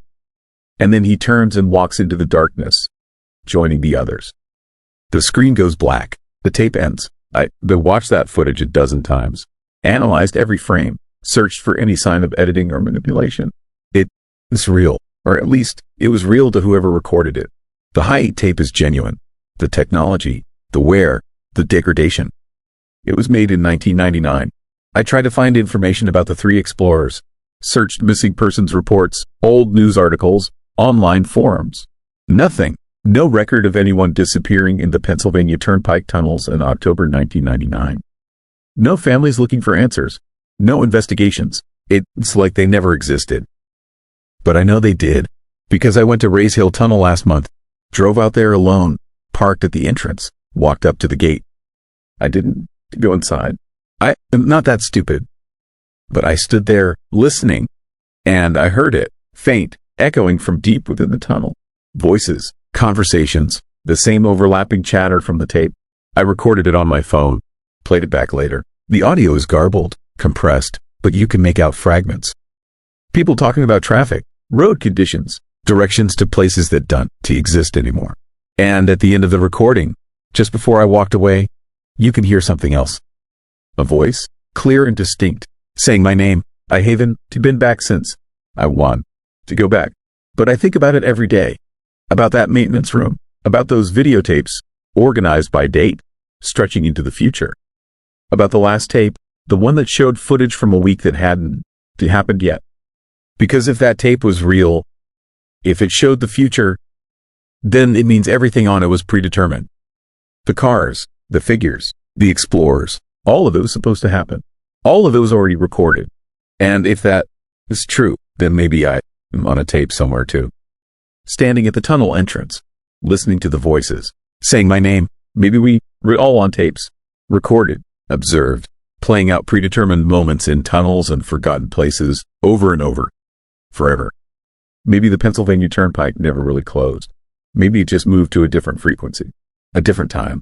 And everyone who disappeared there is still driving those dark roads, still walking those endless tunnels, trapped in footage that plays on repeat in rooms that don't exist. I don't. I can. But I keep the high 8 tape locked in a safe. I'll never watch it again. And I'll never go back to Rays Hill Tunnel. Because some doors should never be opened. And some roads should never be traveled. Especially the ones that were abandoned for a reason. Story 6. Tunnel voice recordings. What happens when the dead keep talking? Not metaphors, not memories, actual voices on tape, recorded years after burial, describing accidents that haven't happened yet. My name is Thomas Keller. I am a sound engineer from Pittsburgh. For 30 years, I worked with audio restoration, cleaning up old recordings for museums and historical societies. I've heard thousands of hours of tape, voices from the past speaking to the present. But nothing, absolutely nothing, prepared me for what I found in a storage unit in South Park Township 3 months ago. The unit belonged to my uncle, Carl Brennan. He died in February. Heart attack, 68 years old. We weren't close. I barely knew him, but I was his only living relative, so the job of clearing out his belongings fell to me. Most of it was junk, old furniture, boxes of newspapers, a life accumulated and forgotten. Then I found the cassette tapes, 43 of them, all labeled in faded marker, all dated between 1970 and 1986, all marked with the same name, Raymond Robinson, the Green Man. That is what everyone in Western Pennsylvania called him, a local legend, a man so horribly disfigured by an electrical accident in his childhood that he only came out at night. He walked the roads around South Park, Green Street, Piney Fork Road, the old train tunnel on Route 351. People would drive out there to see him, to meet him, to prove he was real. My uncle was one of those people, a teenager with a tape recorder and too much curiosity. The first tape is dated August 12, 1970. The audio quality is terrible. Magnetic degradation, tape hiss, but underneath the noise, you can hear my uncle, this voice. Young, nervous, excited. He is standing near the south entrance of the Piney Fork Tunnel. The one the locals just call the tunnel. 3 miles of darkness cutting through the hillside, abandoned by the railroad in 1962. Empty except for the people who went there looking for ghosts and legends. My uncle asks his first question. His voice echoes slightly in the tunnel mouth. He is asking about the accident, about the electrical line that took Raymond Robinson, his eyes and nose, and left him looking like something that crawled out of a nightmare. The answer comes 3 seconds later. A voice, deep, raspy, patient, describing the pain, the darkness, the moment a child became a monster in everyone, his eyes. But something is wrong with the recording. The voice doesn't match. They analyzed audio for 3 decades. I know how voices sound. I know how they reflect and distort. Raymond Robinson had a documented voice. Interviews exist. radio programs, public records. The voice on my uncle's tape is similar but not identical. Close enough to fool a teenager, close enough to fool most people, but not close enough to fool someone who listens for a living. The pitch is off, the resonance is wrong, and there is something else, something underneath the words. A second voice, whispering, speaking the same words a fraction of a second before Robinson. This voice speaks them. Like the main voice is an echo, like something else is feeding him lines. I restored 23 tapes before I noticed the pattern. My uncle returned to the tunnel 18 times between 1970 and 1974. Each time, he recorded conversations with Raymond Robinson. Each time, the voice answered his questions. But the answers became stranger, more detailed, more disturbing. Robinson began describing things he shouldn't have known, accidents that would happen months or years later. A car crash on Route 88, 3 dead, exact date, exact time, a house fire in Jefferson Hills, family of 4. He described the screams before they happened, described the smoke, described how the youngest child would hide in a closet that became her coffin. My uncle stopped going to the tunnel in 1974.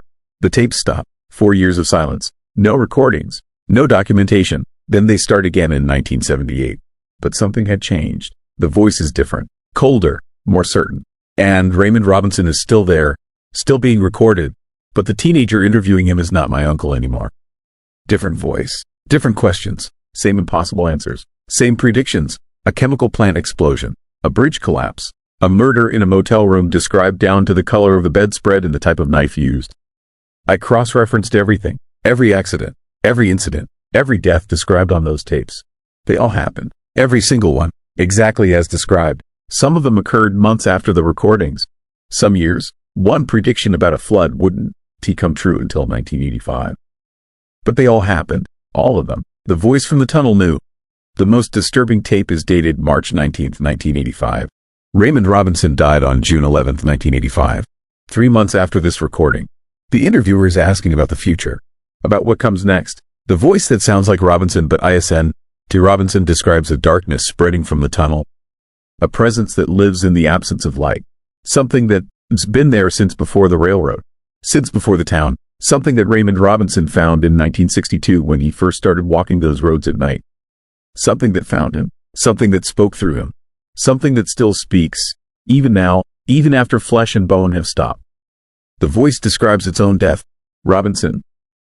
This death. The heart attack. The funeral. But it says the voice will continue. The warnings will continue. The predictions will continue. Because the tunnel remembers everything that will happen. The tunnel exists outside of time. The tunnel is a mouth, and it is always speaking, and anyone who listens closely enough will hear what is coming. Will hear the accidents and the deaths and the horrors that haven't arrived yet but are already written in darkness and stone. I should have stopped there. I should have destroyed the tapes.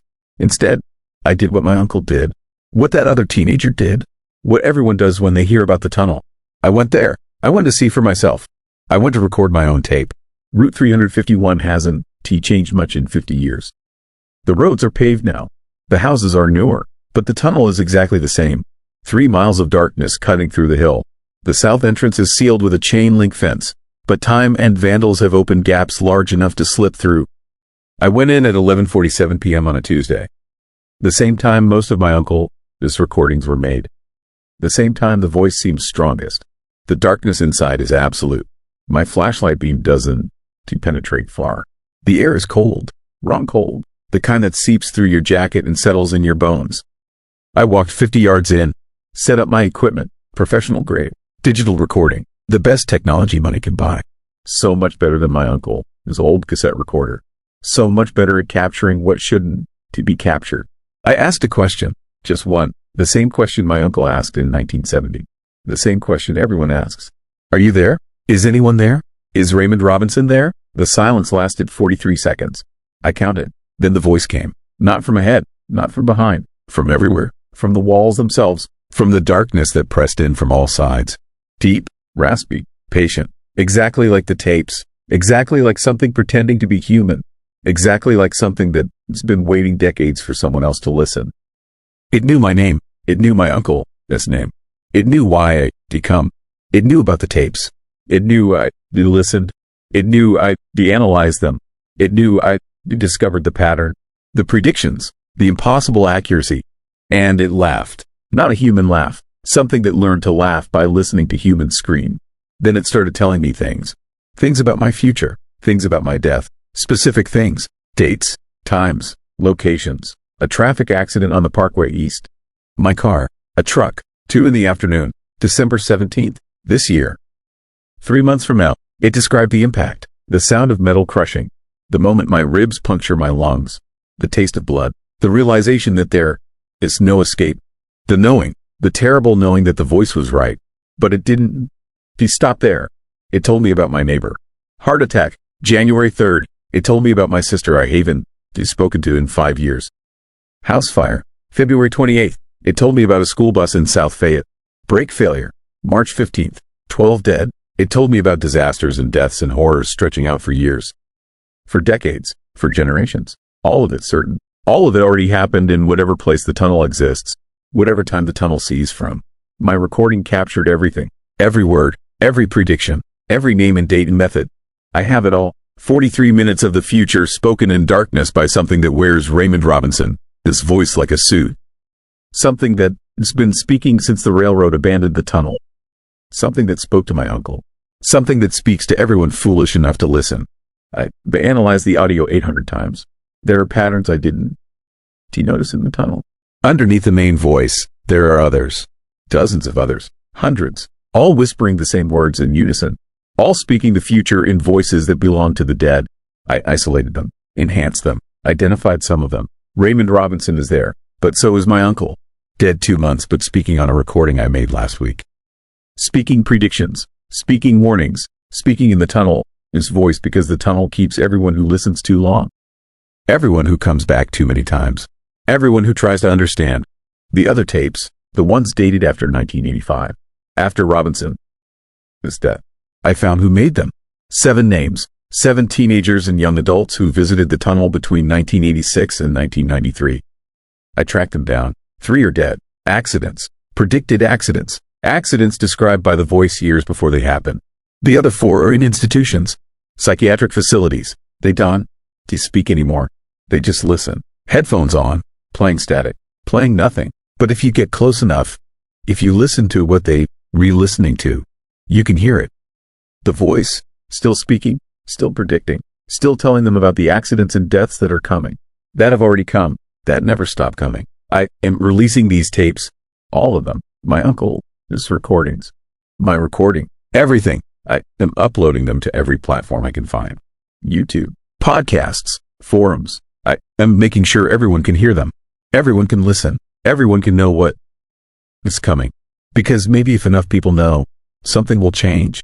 Maybe if enough people hear the predictions, they want to come true. Maybe knowledge breaks the pattern. Maybe awareness changes the future. Or maybe that is what it wants. Maybe the tunnel wants more listeners, more voices, more people who come looking, more people who record, more people who try to understand and end up becoming part of the darkness that speaks. Part of the choir of whispers that predict and warn and promise that everything terrible is already written. Already done. Already waiting. I am going back tonight. Back to the tunnel. Back to record again. The voice told me I would. Told me I'd return 17 more times before the accident on December 17th. Told me I'd become obsessed. Told me I'd start hearing it everywhere. In static. In wind. In the hum of refrigerators and the buzz of power lines. Told me I'd try to warn people. Told me nobody would believe. Told me I'd die anyway. Die exactly as predicted. Die knowing it was always going to happen. Die adding my voice to the chorus that speaks from the tunnel. This darkness. The predictions are never wrong. The accidents always happen. The voice always knows. Raymond Robinson knew. My uncle knew. I know. Soon you will know. Because you, re-listening. You, rehearing. You, relearning about the tunnel and the voice and the future that is already past. And once you know, once you really understand, the tunnel knows about you. The tunnel adds you to its list. The tunnel starts speaking your future in darkness and stone and voices that belong to the dead. Check your calendar. Mark December 17th. Watch the news. Watch for the accident on the Parkway East. Watch for my death. Then check the other dates. January 3rd, February 28th, March 15th. Watch them all come true. Watch the voice prove itself right. Watch the future become the past exactly as predicted. And when you redone watching, when you redone knowing, listen closely.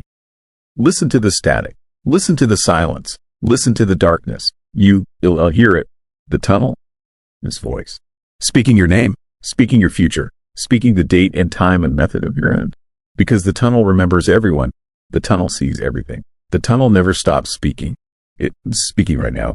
Can you hear it? Story 7. 7 Gates. Have you ever heard of a place so terrifying that just walking through it can kill you without you even knowing you? Redying? I am talking about the 7 Gates of Hell in York County, Pennsylvania. And what I am about to tell you, I said, folklore or legend. It is documented, filmed, archived on a recovery tape that should have never been found. In 1996, a documentary crew from Pittsburgh traveled to Hellam Township to investigate the urban legend. The story goes that there are 7 gates scattered throughout the woods, old iron structures, rusted and forgotten, supposedly marking a pathway to hell itself. According to local lore, if you pass through all 7 gates in sequence, the 7th one opens directly into damnation. Nobody has ever made it past the 5th gate. Most people can even find the first one, but this crew was professional. 4 people, high-end cameras for the time, thermal imaging equipment, GPS, compasses. They spent weeks researching, interviewing locals, mapping coordinates from decades of rumors and sightings. They were confident, prepared. They thought they knew what they were doing. They found 5 gates before everything went wrong. The footage starts normal enough. Daylight. The crew hiking through dense Pennsylvania forest, following coordinates scribbled on a wrinkled map. Trees crowd in on all sides, blocking out the sky, creating a claustrophobic tunnel of branches and shadows. The camera operator narrates their progress. Cheerful, excited, making jokes about how creepy the woods feel even in broad daylight. One of them mentions how the temperature seems to drop the deeper they go, even though it is late summer. They find the first gate within an hour. It is exactly as described in the legends, an iron archway, maybe 8 feet tall, standing alone in the middle of the forest. No fence attached to it, no structure, just the gate, rusted orange and black, covered in moss and vines. The crew circles it, filming from every angle. One of them runs a thermal camera over the metal. The reading spikes. The iron is warm. Not hot, but warm. Body temperature, exactly 98.6 degrees Fahrenheit. They laugh it off. Probably just sunlight heating the metal, even though the gate is completely shaded by the tree canopy. They mark the location on their GPS and move on, heading toward the second gate based on their research. The forest grows darker, thicker. The air becomes heavy, damp, like walking through an invisible fog. Their voices echo strangely, bouncing off the trees in ways that don't make sense. The crew comments on how unsettling it feels, how the woods seem too quiet. No birds, no insects, no rustling in the underbrush. Just silence and the crunch of leaves beneath their boots. The second gate appears 40 minutes later. Same design, same rusted iron, same exact temperature reading on the thermal camera. 98.6 degrees. The operator zooms in on the thermal screen, showing the bright yellow outline of the gate against the cool blue of the surrounding forest. One of them jokes that the gates must be alive, maintaining body heat like living things. Nobody laughs. They find the third and fourth gates over the next 2 hours. Each one identical, each one reading exactly 98.6 degrees, no matter how long they wait or how many times they check. The crew is quieter now, less enthusiastic. The forest has changed. The trees are twisted, gnarled, their branches reaching toward the ground like skeletal fingers. The light is wrong, dim and gray, even though it should still be afternoon. Time feels distorted, slippery, like hours pass in minutes or minutes stretch into hours. Between the 4th and 5th gates, something strange happens. Their compasses stop working, all of them. The needles spin wildly, rotating in endless circles, refusing to settle on any direction. Their GPS units glitch, showing impossible coordinates, numbers that place them hundreds of miles away, or in the middle of the ocean, or nowhere at all. The crew tries to retrace their steps, but the forest looks different now. Unfamiliar. They can't find any of the landmarks they passed earlier. They decide to push forward, find the 5th gate, then get out. The 5th gate is the worst. It is larger than the others, almost 10 feet tall, with intricate patterns carved into the iron. Symbols and shapes that hurt to look at, that seem to shift and writhe when you are not focusing directly on them. The thermal camera goes haywire when pointed at this gate. The temperature reading flickers between 98.6 and absolute zero, jumping back and forth so fast the screen blurs. And standing near the gate, barely visible in the thermal image, are figures. Human-shaped, dozens of them, surrounding the structure, motionless. The crew freezes. The camera operator zooms in. The figures don't show up on the regular camera, only on thermal. They are cold, perfectly cold. No heat signature except for faint outlines, like shadows printed on the air. One of the crew members suggests they leave immediately. Right now, forget the 6th and 7th gates. This has gone too far. But before they can move, the figures start walking, slowly, toward the crew. The thermal camera captures everything. Those cold, empty shapes advancing through the forest, weaving between trees, getting closer. The crew runs. The camera footage turns shaky, chaotic. Branches whipping past, heavy breathing, the forest blurring into a nightmare of shadows and twisted wood. They run for what feels like hours. And then, impossibly, they re-back at the 5th gate. The same spot, like they've been running in circles. The figures are still there, still surrounding the structure, still watching. The crew tries a different direction. They run again, faster this time, desperate. And again, they end up at the 5th gate. Same location, same figures. The compass needles spin uselessly. The GPS shows nothing but error messages. The forest has trapped them. This is where the footage gets disturbing, horrifying, because the crew doesn't realize what is happening to them. Each time they pass through the area, each loop back to the 5th gate, they look different. Older, worn down. Their skin turns gray. Their movements become sluggish. The camera captures it all in excruciating detail, but the crew doesn't notice. They keep talking, keep planning their escape, completely unaware that their bodies are decomposing. Slowly, methodically, with each loop through the forest. By the 10th loop, their faces are sunken, eyes hollow, skin peeling away in patches. Their clothes hang loose on skeletal frames.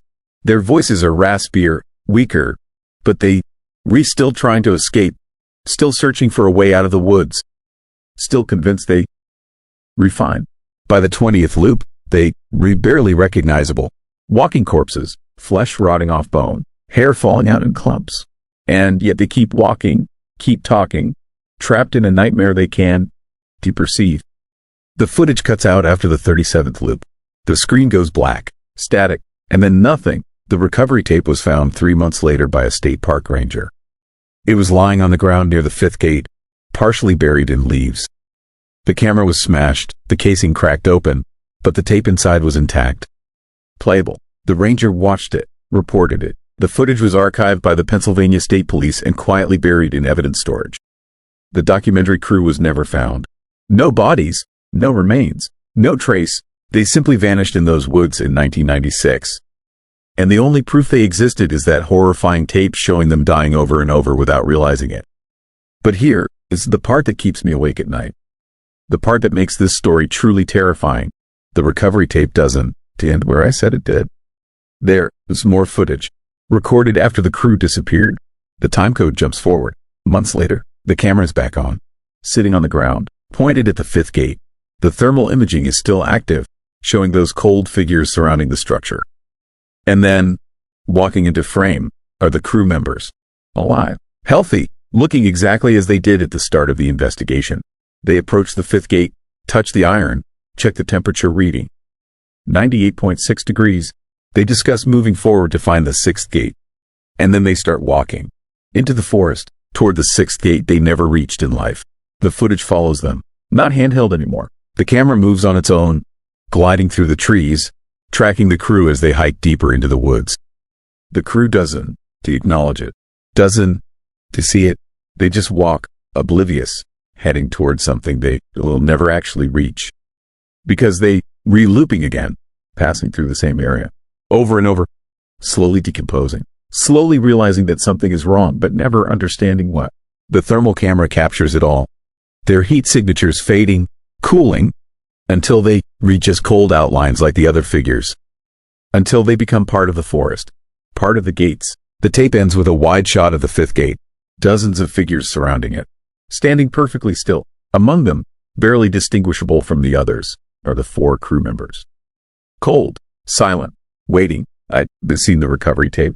I shouldn't have. But I did. A friend in the Pennsylvania State Police showed it to me 5 years ago after I kept pestering him about the Seven Gates legend. He made me promise never to talk about it, never to look for the gates myself. I agreed. But I lied. Last October, I drove to Pelham Township, parked at the edge of the forest, hiked in with a compass and a GPS. I wanted to see the first gate, just the first one. I told myself I wouldn't to go any further. I found it within 30 minutes. That rusted iron archway, standing alone among the trees. I ran my hand over the metal. It was warm, body temperature, exactly 98.6 degrees. I felt it pulse beneath my palm, like a heartbeat, slow and steady. I should have left right then. Should have run back to my car and never returned. But I didn't. Because beyond the first gate, maybe 50 yards deeper into the forest, I could see another gate. The second one. And I thought, just one more. Just to see if it's real. So I walked through the first gate, and the moment I did, everything changed.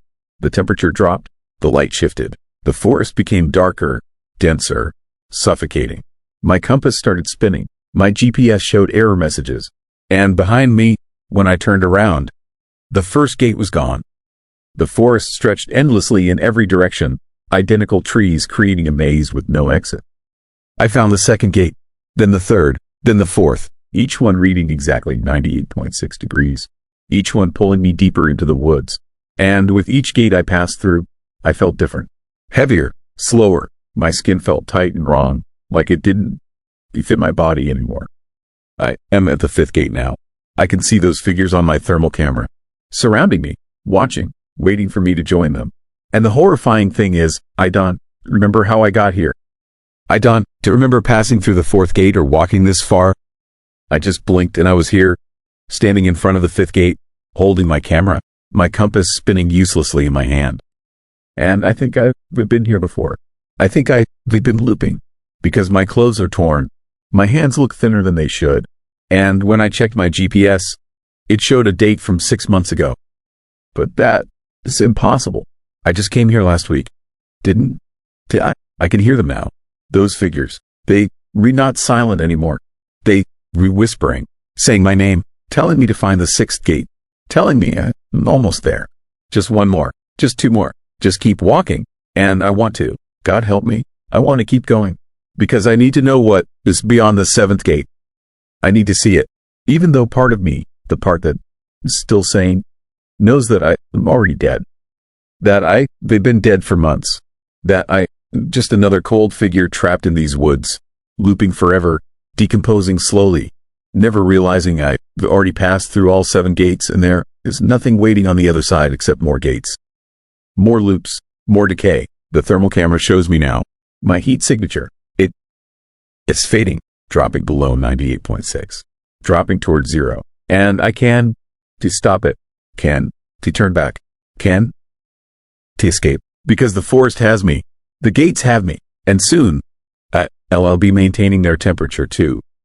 Standing guard like all the others. Waiting for the next investigator. The next person who thinks they can find all 7 gates and walk away. But nobody walks away from the 7 gates of hell. We just keep walking, forever, through the same woods, past the same gates, slowly forgetting who we were, slowly becoming part of the nightmare ourselves. So if you ever find yourself in Pelham Township, and you see a rusted iron gate standing alone in the forest, warm to the touch, pulsing like a living thing, don't go through it. Because you want to come back. And worse, you want to even realize you were gone. Story 8. Surgery room. I need you to understand something before I tell you this story. I am not crazy. I am not making this up. And I wish to God I had never seen what I saw on those tapes. My name is David Marsh. I am a documentary researcher for historical preservation projects across Pennsylvania. Last month, while cataloging archived materials at the Adams County Historical Society, I found something that should not exist. A box of VHS tapes marked Gettysburg Restoration Project 2003 Do Not Archive. Someone had tried to destroy them. The cases were melted, warped by heat, but the tapes inside were intact. I should have left them alone. The first tape started normally enough. Shaky handheld footage of a 3-story brick building on Baltimore Street in Gettysburg. The date stamp read April 14, 2003. A man, his voice narrated from behind the camera, explaining that the construction crew had been hired to renovate the structure into a bed and breakfast. The building had been empty for decades. Nobody knew much about its history. That was about to change. The footage showed the crew pulling up floorboards on the second level. Beneath the wood, they found something. Dark stains had soaked deep into the subfloor, long streaks and splatter patterns that even after 140 years looked disturbingly like blood. Then they found the saws, bone saws, surgical instruments wrapped in rotted cloth, hidden in the walls, medical bottles with labels so faded they were barely readable, chloroform, laudanum, whiskey used as antiseptic. The crew foreman, a man named Mike Castellano, realized what they had stumbled into. This building had been a field hospital during the Battle of Gettysburg. Hundreds of soldiers had been brought here after the fighting. Most never left. The room they were renovating had been an operating theater, a surgery room where limbs were amputated by candlelight while men screamed and died on wooden tables slick with blood. That discovery should have been exciting, historical, important. Instead, it was the beginning of something horrifying. The second tape documented the next 3 days. The crew continued working, but strange things started happening. Small things at first. Tools going missing and reappearing in different rooms. Cold spots that made their breath visible even though it was spring. A smell that came and went without warning. The smell of old copper and rot and something medicinal that burned the throat. Then the power tools started acting up.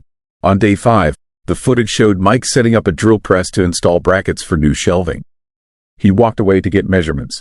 The camera was still rolling, set up on a tripod to document the work. For 20 seconds, nothing happened. Then the drill press turned on by itself. The bit began spinning, slow at first, then faster. Mike came back into frame, confused, moving toward the machine to shut it off. He stopped, stared. The drill was moving on its own, carving something into the wooden beam it was pressed against. Letters, a name, Samuel Hodge. Mike unplugged the machine. The name remained, burned into the wood. The crew found 16 more names over the next 2 days. Carved into walls, scratched into window frames, spelled out in sawdust on the floor. Every name was that of a soldier who had died in that building in July 1863. They checked records at the library. Every single name was real. The footage became more erratic after that. The camera operator, whose name I learned was Jake, started filming everything constantly. He was scared. They all were, but they kept working. They needed the money. The job was almost done. On day 9, things escalated. The time-lapse camera they had set up to document the renovation captured something impossible. They had left the surgical instruments they found arranged on a table, planning to donate them to the Historical Society. The time-lapse showed the empty room at night. 2 in the morning, nothing moving. Then, over the course of 43 seconds, the instruments began to shift. Scalpels sliding across the table, saws positioning themselves, clamps and forceps arranging into a pattern. When the sequence finished, the tools formed a perfect anatomical diagram of a human leg mid-amputation. Every instrument in the exact position it would need to be during an 1860s field surgery. Nobody had touched them. Mike wanted to quit. The footage showed him arguing with the property owner over the phone, saying the job was not worth it, that something was deeply wrong with the building. But the owner threatened to sue if they did not finish. They had signed a contract. Mike hung up, told the crew they would work fast, get it done, get out. They had 4 days left. That night, Jake set up cameras in every room. He wanted documentation, proof. If something happened again, he wanted it on tape. The footage from those cameras makes up the bulk of the remaining tapes, and I have watched every frame more times than I can count, trying to understand what I was seeing. At 3:17 in the morning, every camera captured the same thing. A sound, a low, rhythmic scraping. Metal on bone. It came from the surgery room. Mike and Jake went to investigate, cameras rolling. The room was empty, but the sound continued. Sawing, cutting, wet, organic sounds that should not exist in an empty room. Jake, his camera caught something else. Shadows on the wall that did not match any light source. Shadows that moved like people, bent over a table that was not there, performing an operation on a body that did not exist. The shadows had faces. Gaunt, exhausted faces of men pushed past the limits of human endurance. Civil War surgeons who had worked for days without sleep, amputating limbs as fast as they could while soldiers bled out waiting for their turn. The shadows moved with desperate speed, frantic and mechanical. The sawing sound grew louder. Mike ran. Jake followed. The footage showed them stumbling down the stairs, gasping, the camera swinging wildly. They made it outside, stood on the street, shaking. The building was dark, silent. After 10 minutes, They went back inside. The surgery room was empty. The shadows were gone, but the saws were warm. The next day, only 3 crew members showed up. 2 had quit without explanation. Mike, Jake, and a man named Ron decided to finish the job in one final push. Work through the day and night if they had to. Just get it done and never come back. The footage from that day is frantic, disjointed. They worked fast, barely speaking. By evening, they were almost finished. Just final touches, paint, cleanup, then they could leave. At 8:43 that night, Ron went into the surgery room to collect tools. He did not come out. Jake's camera captured what happened next. Mike went looking for Ron, found him standing in the center of the room, perfectly still, staring at nothing. Mike called his name. Ron did not respond. Mike stepped closer, touched his shoulder. Ron turned, and his eyes were wrong. Empty, distant, like he was looking at something very far away. Ron picked up a bone saw from the table. Mike backed away, started shouting. Jake ran in with the camera. Ron stood there, holding the saw, moving his arm in slow, deliberate motions. Cutting motions. He was performing surgery. His hands moved with eerie precision, positioning invisible instruments, making incisions in the air. His lips moved silently, as if speaking to someone, instructing an assistant who was not there. He was amputating a leg that did not exist. Mike and Jake dragged Ron out of the building. He fought them, screaming in a voice that was not his own, screaming that the soldier would die without the surgery, that he had to finish, that there were so many wounded and not enough time. They got him to the truck. Ron collapsed, went limp. When he woke up 20 minutes later, he remembered nothing. They left, abandoned the job, drove away and never went back. But Jake kept the tapes. The final tape is the one that haunts me, the one I cannot explain. Jake returned to the building 3 days later. Alone. He did not tell Mike or Ron. He needed to understand what had happened. The footage shows him entering through the back door at dawn. The building was quiet. He climbed the stairs to the surgery room, set up the camera, sat down to wait. Nothing happened for 2 hours. Then the temperature dropped. That medicinal smell returned, stronger than before. The sawing sound started again, but this time it was accompanied by something else. Breathing, ragged, pained breathing, moaning, the sounds of men suffering. The shadows returned, but they were not alone. On the floor, in the center of the room, something appeared. Not fully visible, but present. A shape, a body, lying where the operating table would have been. Translucent, flickering. A young man, maybe 20 years old, in a tattered Union uniform. His leg was shattered below the knee, bone visible through torn flesh. He was real and not real at the same time. Dying and already dead. Trapped in the moment of his surgery, reliving it over and over for 140 years. The shadows moved around him. Surgeon, assistants, all of them working with frantic speed. The saw moved, cutting. The sound was unbearable. The soldier's mouth opened in a silent scream. Jake's camera captured it all. Every detail, every impossible second. Then Jake did something I still do not understand. He stood up, walked toward the body. The shadows did not stop him. He knelt down, reached out. His hand passed through the soldier's chest. But something else happened. The soldier, his eyes opened, looked directly at Jake, directly at the camera, directly at me, watching the tape decades later. The soldier, his lips moved, forming words, a message. The footage cuts to black. When it resumes 10 seconds later, Jake is alone. The shadows are gone. The body is gone. But Jake is different. He is kneeling in the center of the room, hands moving. He picks up a bone saw from the floor. His hands are steady, precise. He begins to cut, sawing at the air, performing the surgery, just like Ron, just like the shadows. His voice is calm, instructional, as he narrates the procedure step by step in medical terminology from 1863. The camera keeps rolling. For 11 minutes, Jake performs a complete amputation on a patient that is not there. When he finishes, he sets down the saw, stands, looks at the camera. His face is blank, empty. He says one sentence. There are so many, we will never finish. Then he walks out of frame. The camera stays on, recording the empty room. After 5 minutes, the tape ends. Jake Castellano was reported missing on April 28, 2003. He was never found. Mike and Ron refused to speak to investigators. The building renovation was never completed. The property owner sold it at a loss. It remains empty. I have tried to find out what happened to that building, where it is now, but records are incomplete. Street addresses do not match. Some historical maps show the building. Others do not. It is as if the place exists in some liminal space between documentation and memory. I made the mistake of watching the tapes alone in my apartment. Late at night, headphones on, trying to understand every detail. When the final tape ended, I sat in silence. Then I heard it, faint, coming from my bedroom. The sound of sawing, metal on bone, rhythmic, persistent. I have heard it every night since. I do not know what to do. I do not know what those men found in that building.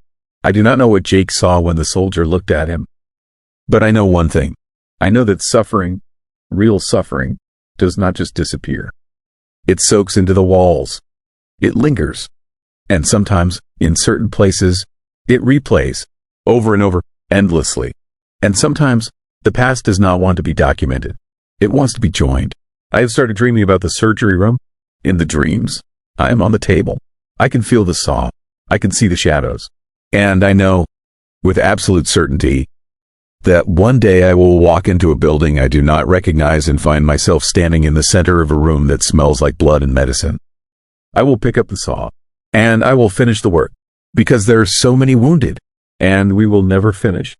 Story 9. Selma Recordings. Have you ever watched someone walk through a wall and never come back? Not magic, not special effects, just a man stepping through brick like it was air, then the brick becoming solid again, trapping him somewhere between our world and theirs? My name is Daniel Cross. I am a video archivist for the Montgomery County Historical Society in Norristown, Pennsylvania. Last month, while cataloging materials from the demolished Selma mansion, I found something that ended my career and my grip on what I thought was real. 16 security camera tapes, all dated between 1977 and 1980, all showing the impossible. The mansion was torn down in 2014. A shame. 200 years of history reduced to parking spaces and a historical marker. But before the demolition, someone donated boxes of old materials to us. Photos, documents, and these tapes, VHS recordings from the mansion's first security system, installed in 1977 after a series of break-ins. The system captured the interior at night. Empty halls, dark rooms, nothing special, except it wasn't empty. It was never empty. The first tape is dated October 3rd, 1977. Black and white, grainy, fixed camera position in the main hallway. Timestamp reads 2:17 a.m. The hallway is dark except for emergency lighting. Silent. Still. Then at 2:23 a.m., something moves through the frame. A woman, long dress, hair up. She walks from the east wing toward the west wing. The terrifying part is she doesn't open doors. She doesn't use doorways. She walks straight through the walls, through solid brick and plaster.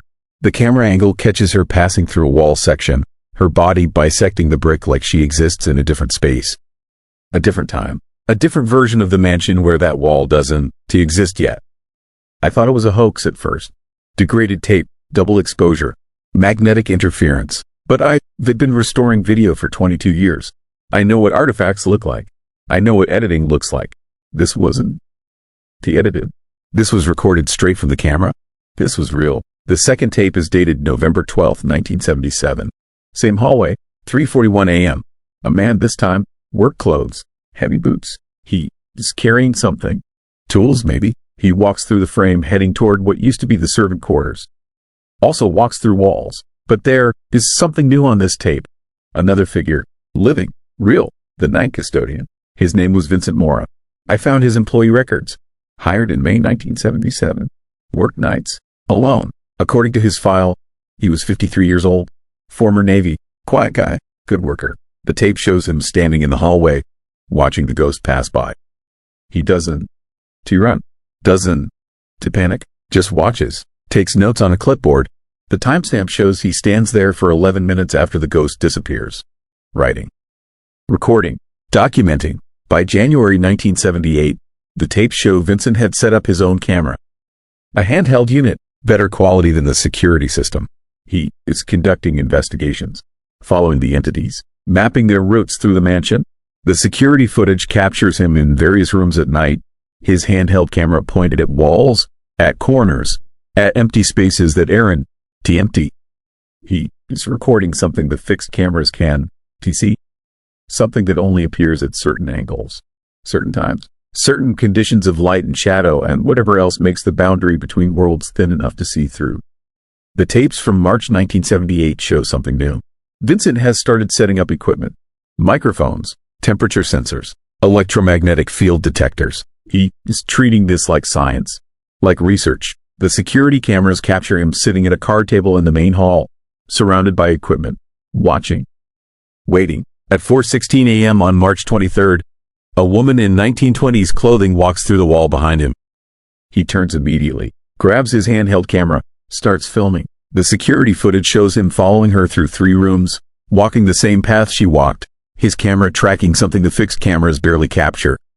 Shadows, distortions, shapes that suggest human form but refuse to fully materialize on the magnetic tape. The Historical Society has Vincent as personal journals. I found them in the same box as the tapes. His handwriting is neat, precise. He documents everything. Dates, times, descriptions. He has identified 17 distinct entities. Different time periods, different purposes. Some appear to be original residents from the early 1800s.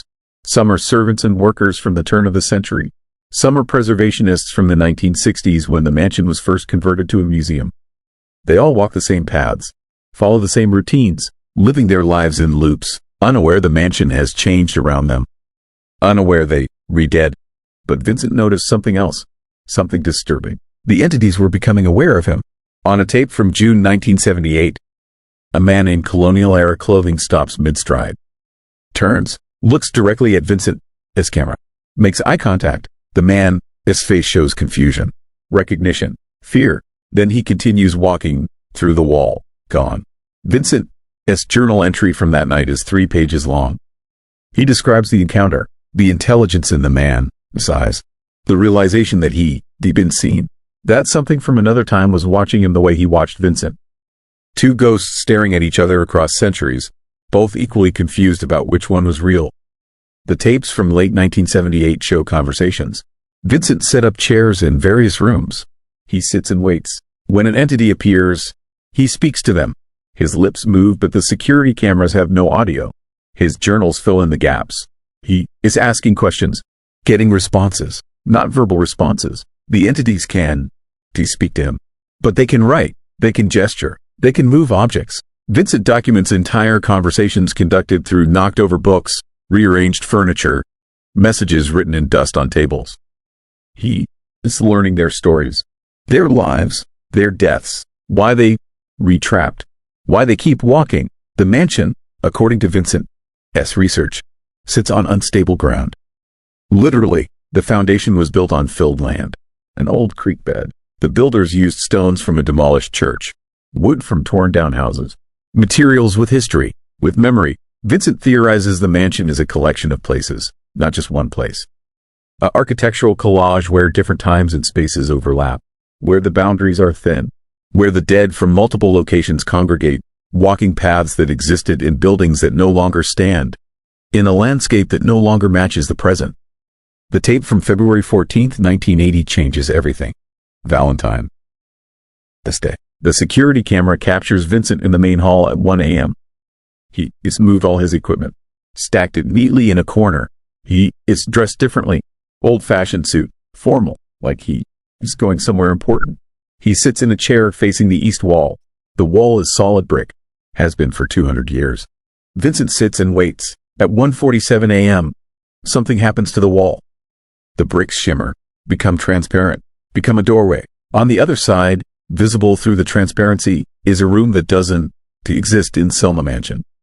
A parlor from a different era, furnished, lit by candles, occupied. 6 people sit in chairs arranged in a circle, all dressed in different period clothing, all looking toward Vincent, all waiting. Vincent stands, picks up his camera, films the wall, films the room beyond, films the people waiting. Then he does something that still makes my hands shake when I think about it. He walks toward the wall. The camera captures him approaching the brick, reaching out. His hand passes through. No resistance, no barrier, just his hand disappearing into brick like it is water. He turns back toward the security camera, looks directly at it. His face is calm, peaceful, happy. Then he steps through, his whole body passing into the wall, into the impossible room beyond. The brick becomes solid immediately. One frame he is half in, half out. The next frame the wall is whole, unbroken, empty. Vincent Mora is gone. The security camera continues recording. The timestamp runs until the tape ends at 6 a.m.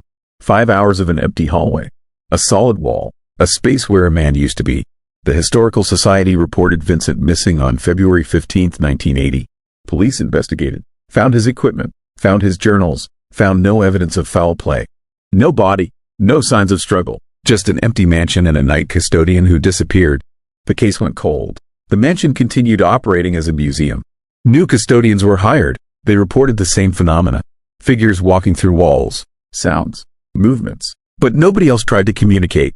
Nobody else stayed. They watched that final tape 300 times. They analyzed every frame, enhanced the image, tried to see what Vincent saw beyond that wall.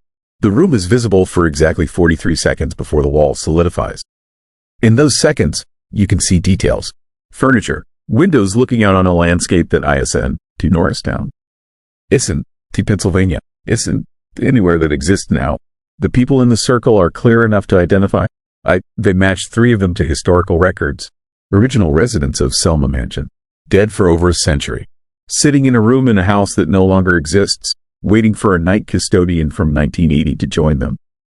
Vincent's final journal entry is dated February 13, 1980.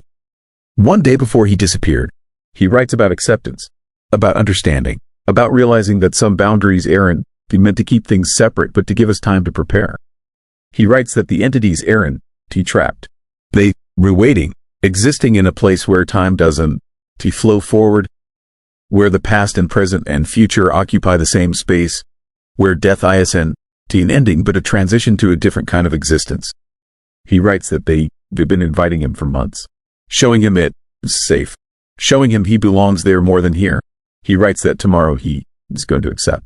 Tomorrow he is going to walk through. Tomorrow he is going to find out what is on the other side of those walls. The mansion was demolished in 2014.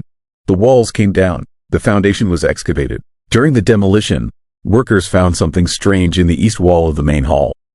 The wall Vincent walked through, embedded in the brick. 3 feet up from the floor, they found a camera.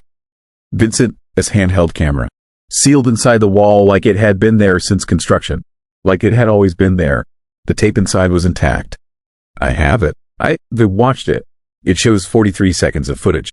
The room beyond the wall, the people in the circle, and Vincent sitting among them, looking back at his own camera, filming himself from inside the wall, from inside whatever place the mansion truly exists. He looks happy. He looks home. I am going to Norristown tomorrow. The mansion is gone, but the ground remains. The parking lot stands where the main hall used to be. I am bringing equipment, cameras, sensors, Vincent's journals. I am going to stand where he stood. I am going to wait where he waited. The walls are gone, but Vincent theorized the boundaries aren't in the walls.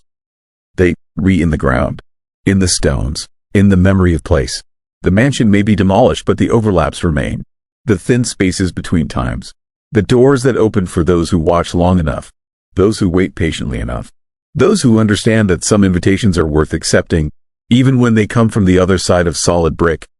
From the ghosts of places that shouldn't exist anymore but somehow still do. Somewhere between here and there. Between now and then. Between the living and whatever comes after. The timestamp on my camera reads 11:47 p.m. I am standing in the parking lot. The air is cold. The asphalt is cracked. And in the darkness, if I look carefully, if I let my eyes adjust, I can see them. 17 figures, walking paths that used to be hallways, moving through spaces that used to be rooms. And one of them, dressed in an old-fashioned suit, carrying a camera, walking toward me through empty air. Vincent Mora, still documenting, still recording, still showing the way through walls that aren't there anymore but somehow never left. He is gesturing, inviting, showing me where to stand, where to wait, where to watch for the shimmer, for the transparency, for the moment when brick becomes doorway and the past becomes present and you can finally walk through to where you always belong. Story 10. Watcher Protocol. Have you ever wondered what it feels like to know the future and realize you cannot stop it? My name is Thomas Webb.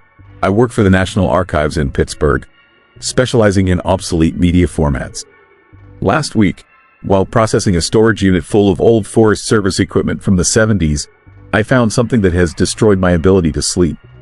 A box of reel-to-reel audio tapes labeled Allegheny National Forest, Fire Tower 7, Watcher Protocol, classified.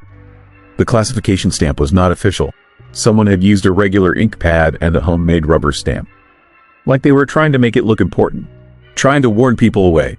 I should have listened. The first tape was dated March 15, 1973. A man, his voice, calm and professional, making his initial report as the fire tower ranger for a remote section of the Allegheny National Forest. His name was Daniel Holt. He was 28 years old. A veteran. He requested the isolation. The tower was 40 miles from the nearest town, accessible only by a fire road that washed out every spring. Perfect for a man who wanted to be alone. For the first 6 months, his reports were routine. Weather conditions, visibility, animal sightings, the kind of mundane observations that fill thousands of hours of Forest Service archives. His voice was steady, content. He seemed to genuinely enjoy the solitude. Then October came. The tape from October 9, 1973, started normally. Daniel described clear skies and excellent visibility. Then his tone changed, became uncertain. He reported seeing lights in the forest. Not campfires, not headlights, something else. Moving lights. Floating about 6 feet off the ground, weaving between trees in an area where no roads existed. He watched them for 20 minutes. They moved in straight lines, geometric patterns. Then they vanished. He reported it, followed protocol, figured it was probably poachers with lanterns, even though the movement patterns made no sense. The lights came back 3 nights later. This time, Daniel recorded a longer observation. The lights appeared at dusk, 7 of them, moving in formation through a valley 12 miles from his tower. They traveled in perfect synchronization. When one stopped, they all stopped. When one changed direction, they all changed direction. He tried to follow them with binoculars, but the moment he focused on one, it would disappear. Only visible in peripheral vision. That is when the fear started creeping into his voice. Over the next 2 years, the lights appeared 43 times. Always at dusk, always in areas with no roads, no trails, no reason for anyone to be there. Daniel began documenting everything: locations, movement patterns, duration. He drew maps, tried to find connections. The lights never appeared in the same place twice, but there was something deliberate about where they went. Something purposeful. He started to feel watched. The tape from January 1975 captured the moment everything changed. Daniel's voice was different, strained. He had not slept well in weeks. He explained that the feeling of being observed had become constant. Even inside the tower, with all the windows covered, he felt eyes on him. Watching, waiting. He would spin around suddenly, trying to catch whatever it was, but nothing was ever there. Then he realized something horrifying. The thing watching him was not in the forest. It was somewhere else, somewhere further away. And it was not watching him specifically. It was watching what he was watching. The forest, the trees, the landscape. He was the lens, the observation point. Something was using him to see. His reports became increasingly disturbed, fragmented. He stopped following the standard format. Instead, he rambled about patterns and predictions, about how the lights always appeared in areas that would later experience unusual animal behavior. How deer would avoid certain sections of forest weeks after the lights passed through. How trees in those areas would develop strange growth patterns. Twisted, wrong. The Forest Service sent someone to check on him in March 1975. The visitor reported that Daniel seemed paranoid but physically healthy. Recommended he take a break. Come back to civilization for a while. Daniel refused. He said he was close to understanding, close to figuring out what the lights meant. The tape from July 17, 1975, is the one that made my hands shake. Daniel's voice was calm again. Too calm. He had made a breakthrough. After plotting every light sighting on a topographical map, he noticed something impossible. The lights were not random. They were marking locations, specific locations, and 3 months after the lights appeared in an area, that area would experience a forest fire. Every single time, without exception, the lights were predicting fires that had not happened yet. Daniel checked records going back decades, cross-referenced old fire reports with his sighting maps. The pattern held. In 1952, lights were reported by a ranger in the same region.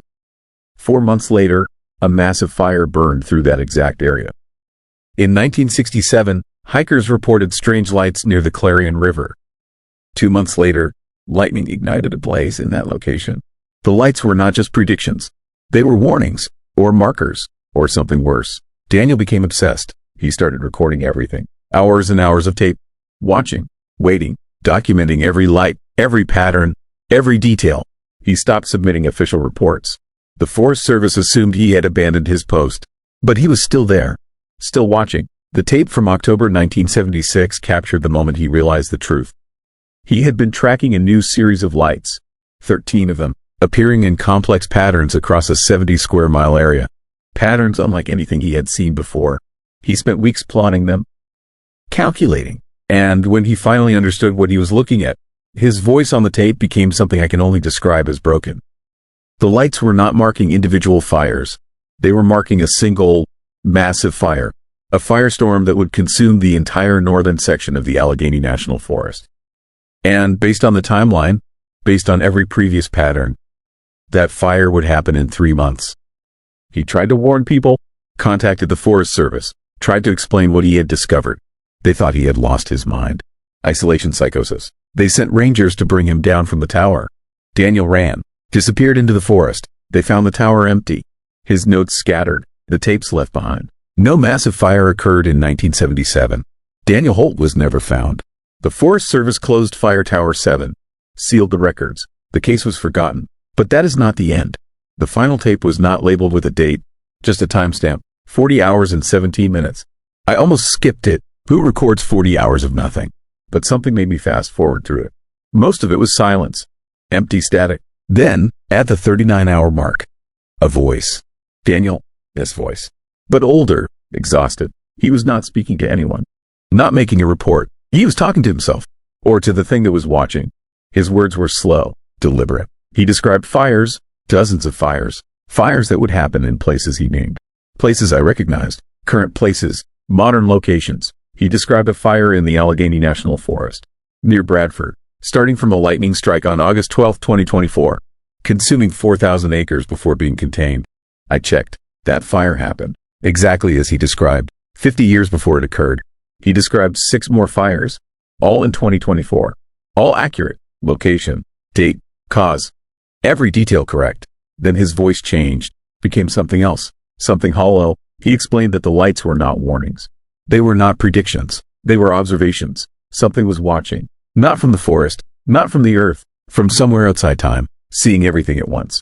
Past and future collapsed into a single moment. And certain people in the right place with the right kind of mind, could tap into that observation. Could see what it sees. But there was a cost. Daniel's final words on the tape were a warning. Once you start seeing the patterns, once you understand what the lights mean, you cannot stop. The observation becomes permanent. You become part of it. A watcher watching the watcher. Trapped in the loop, seeing fires that have not happened. Seeing tragedies that will come. Unable to change anything. Unable to look away. The tape ended with 45 seconds of breathing. Then silence. I have tried to forget what I heard. Tried to convince myself it was a hoax. Some elaborate prank. But 3 nights ago, I was driving home through the Allegheny National Forest. Taking the back roads. Trying to clear my head. I saw the lights, 7 of them, moving through the trees in perfect formation. I pulled over, watched. They moved in the same geometric patterns Daniel described. When I tried to focus on one, it vanished. Only visible at the edge of my vision. I have started seeing patterns everywhere now. Fire reports on the news, weather forecasts, drought conditions. I know where the next fire will be. I can feel it, see it in my mind like a memory that has not happened yet. Last night, I drew a map, marked the locations, the patterns match. Another fire is coming, soon, and I know exactly where. But here's the truly terrifying part, the part that keeps me awake. I went back and checked Daniel's final tape again. Listened to every word. He described 43 fires in 2024. I verified 7, all accurate. He described fires in 2025, 2026, 2030. And at the very end, barely audible, he described a fire in 2027. A fire that will start in Pittsburgh, in a building, an archive building, where obsolete media is stored. He described the room, the equipment, the boxes. He described me, by name. I do not know if I am insane. I do not know if Daniel Holt was insane, but I know that I cannot stop watching, cannot stop seeing the patterns. The lights are in my mind now, permanent, and I understand what Daniel meant. The watcher does not predict the future. It observes all moments simultaneously. And once you see what it sees, you become part of the observation. Forever watching, forever knowing, forever helpless. I am recording this as a warning. If you find these tapes, do not listen. Do not try to understand. Some knowledge cannot be unlearned. Some doors cannot be closed. The lights are coming back tonight. I can feel it. And this time, I think they are coming for me.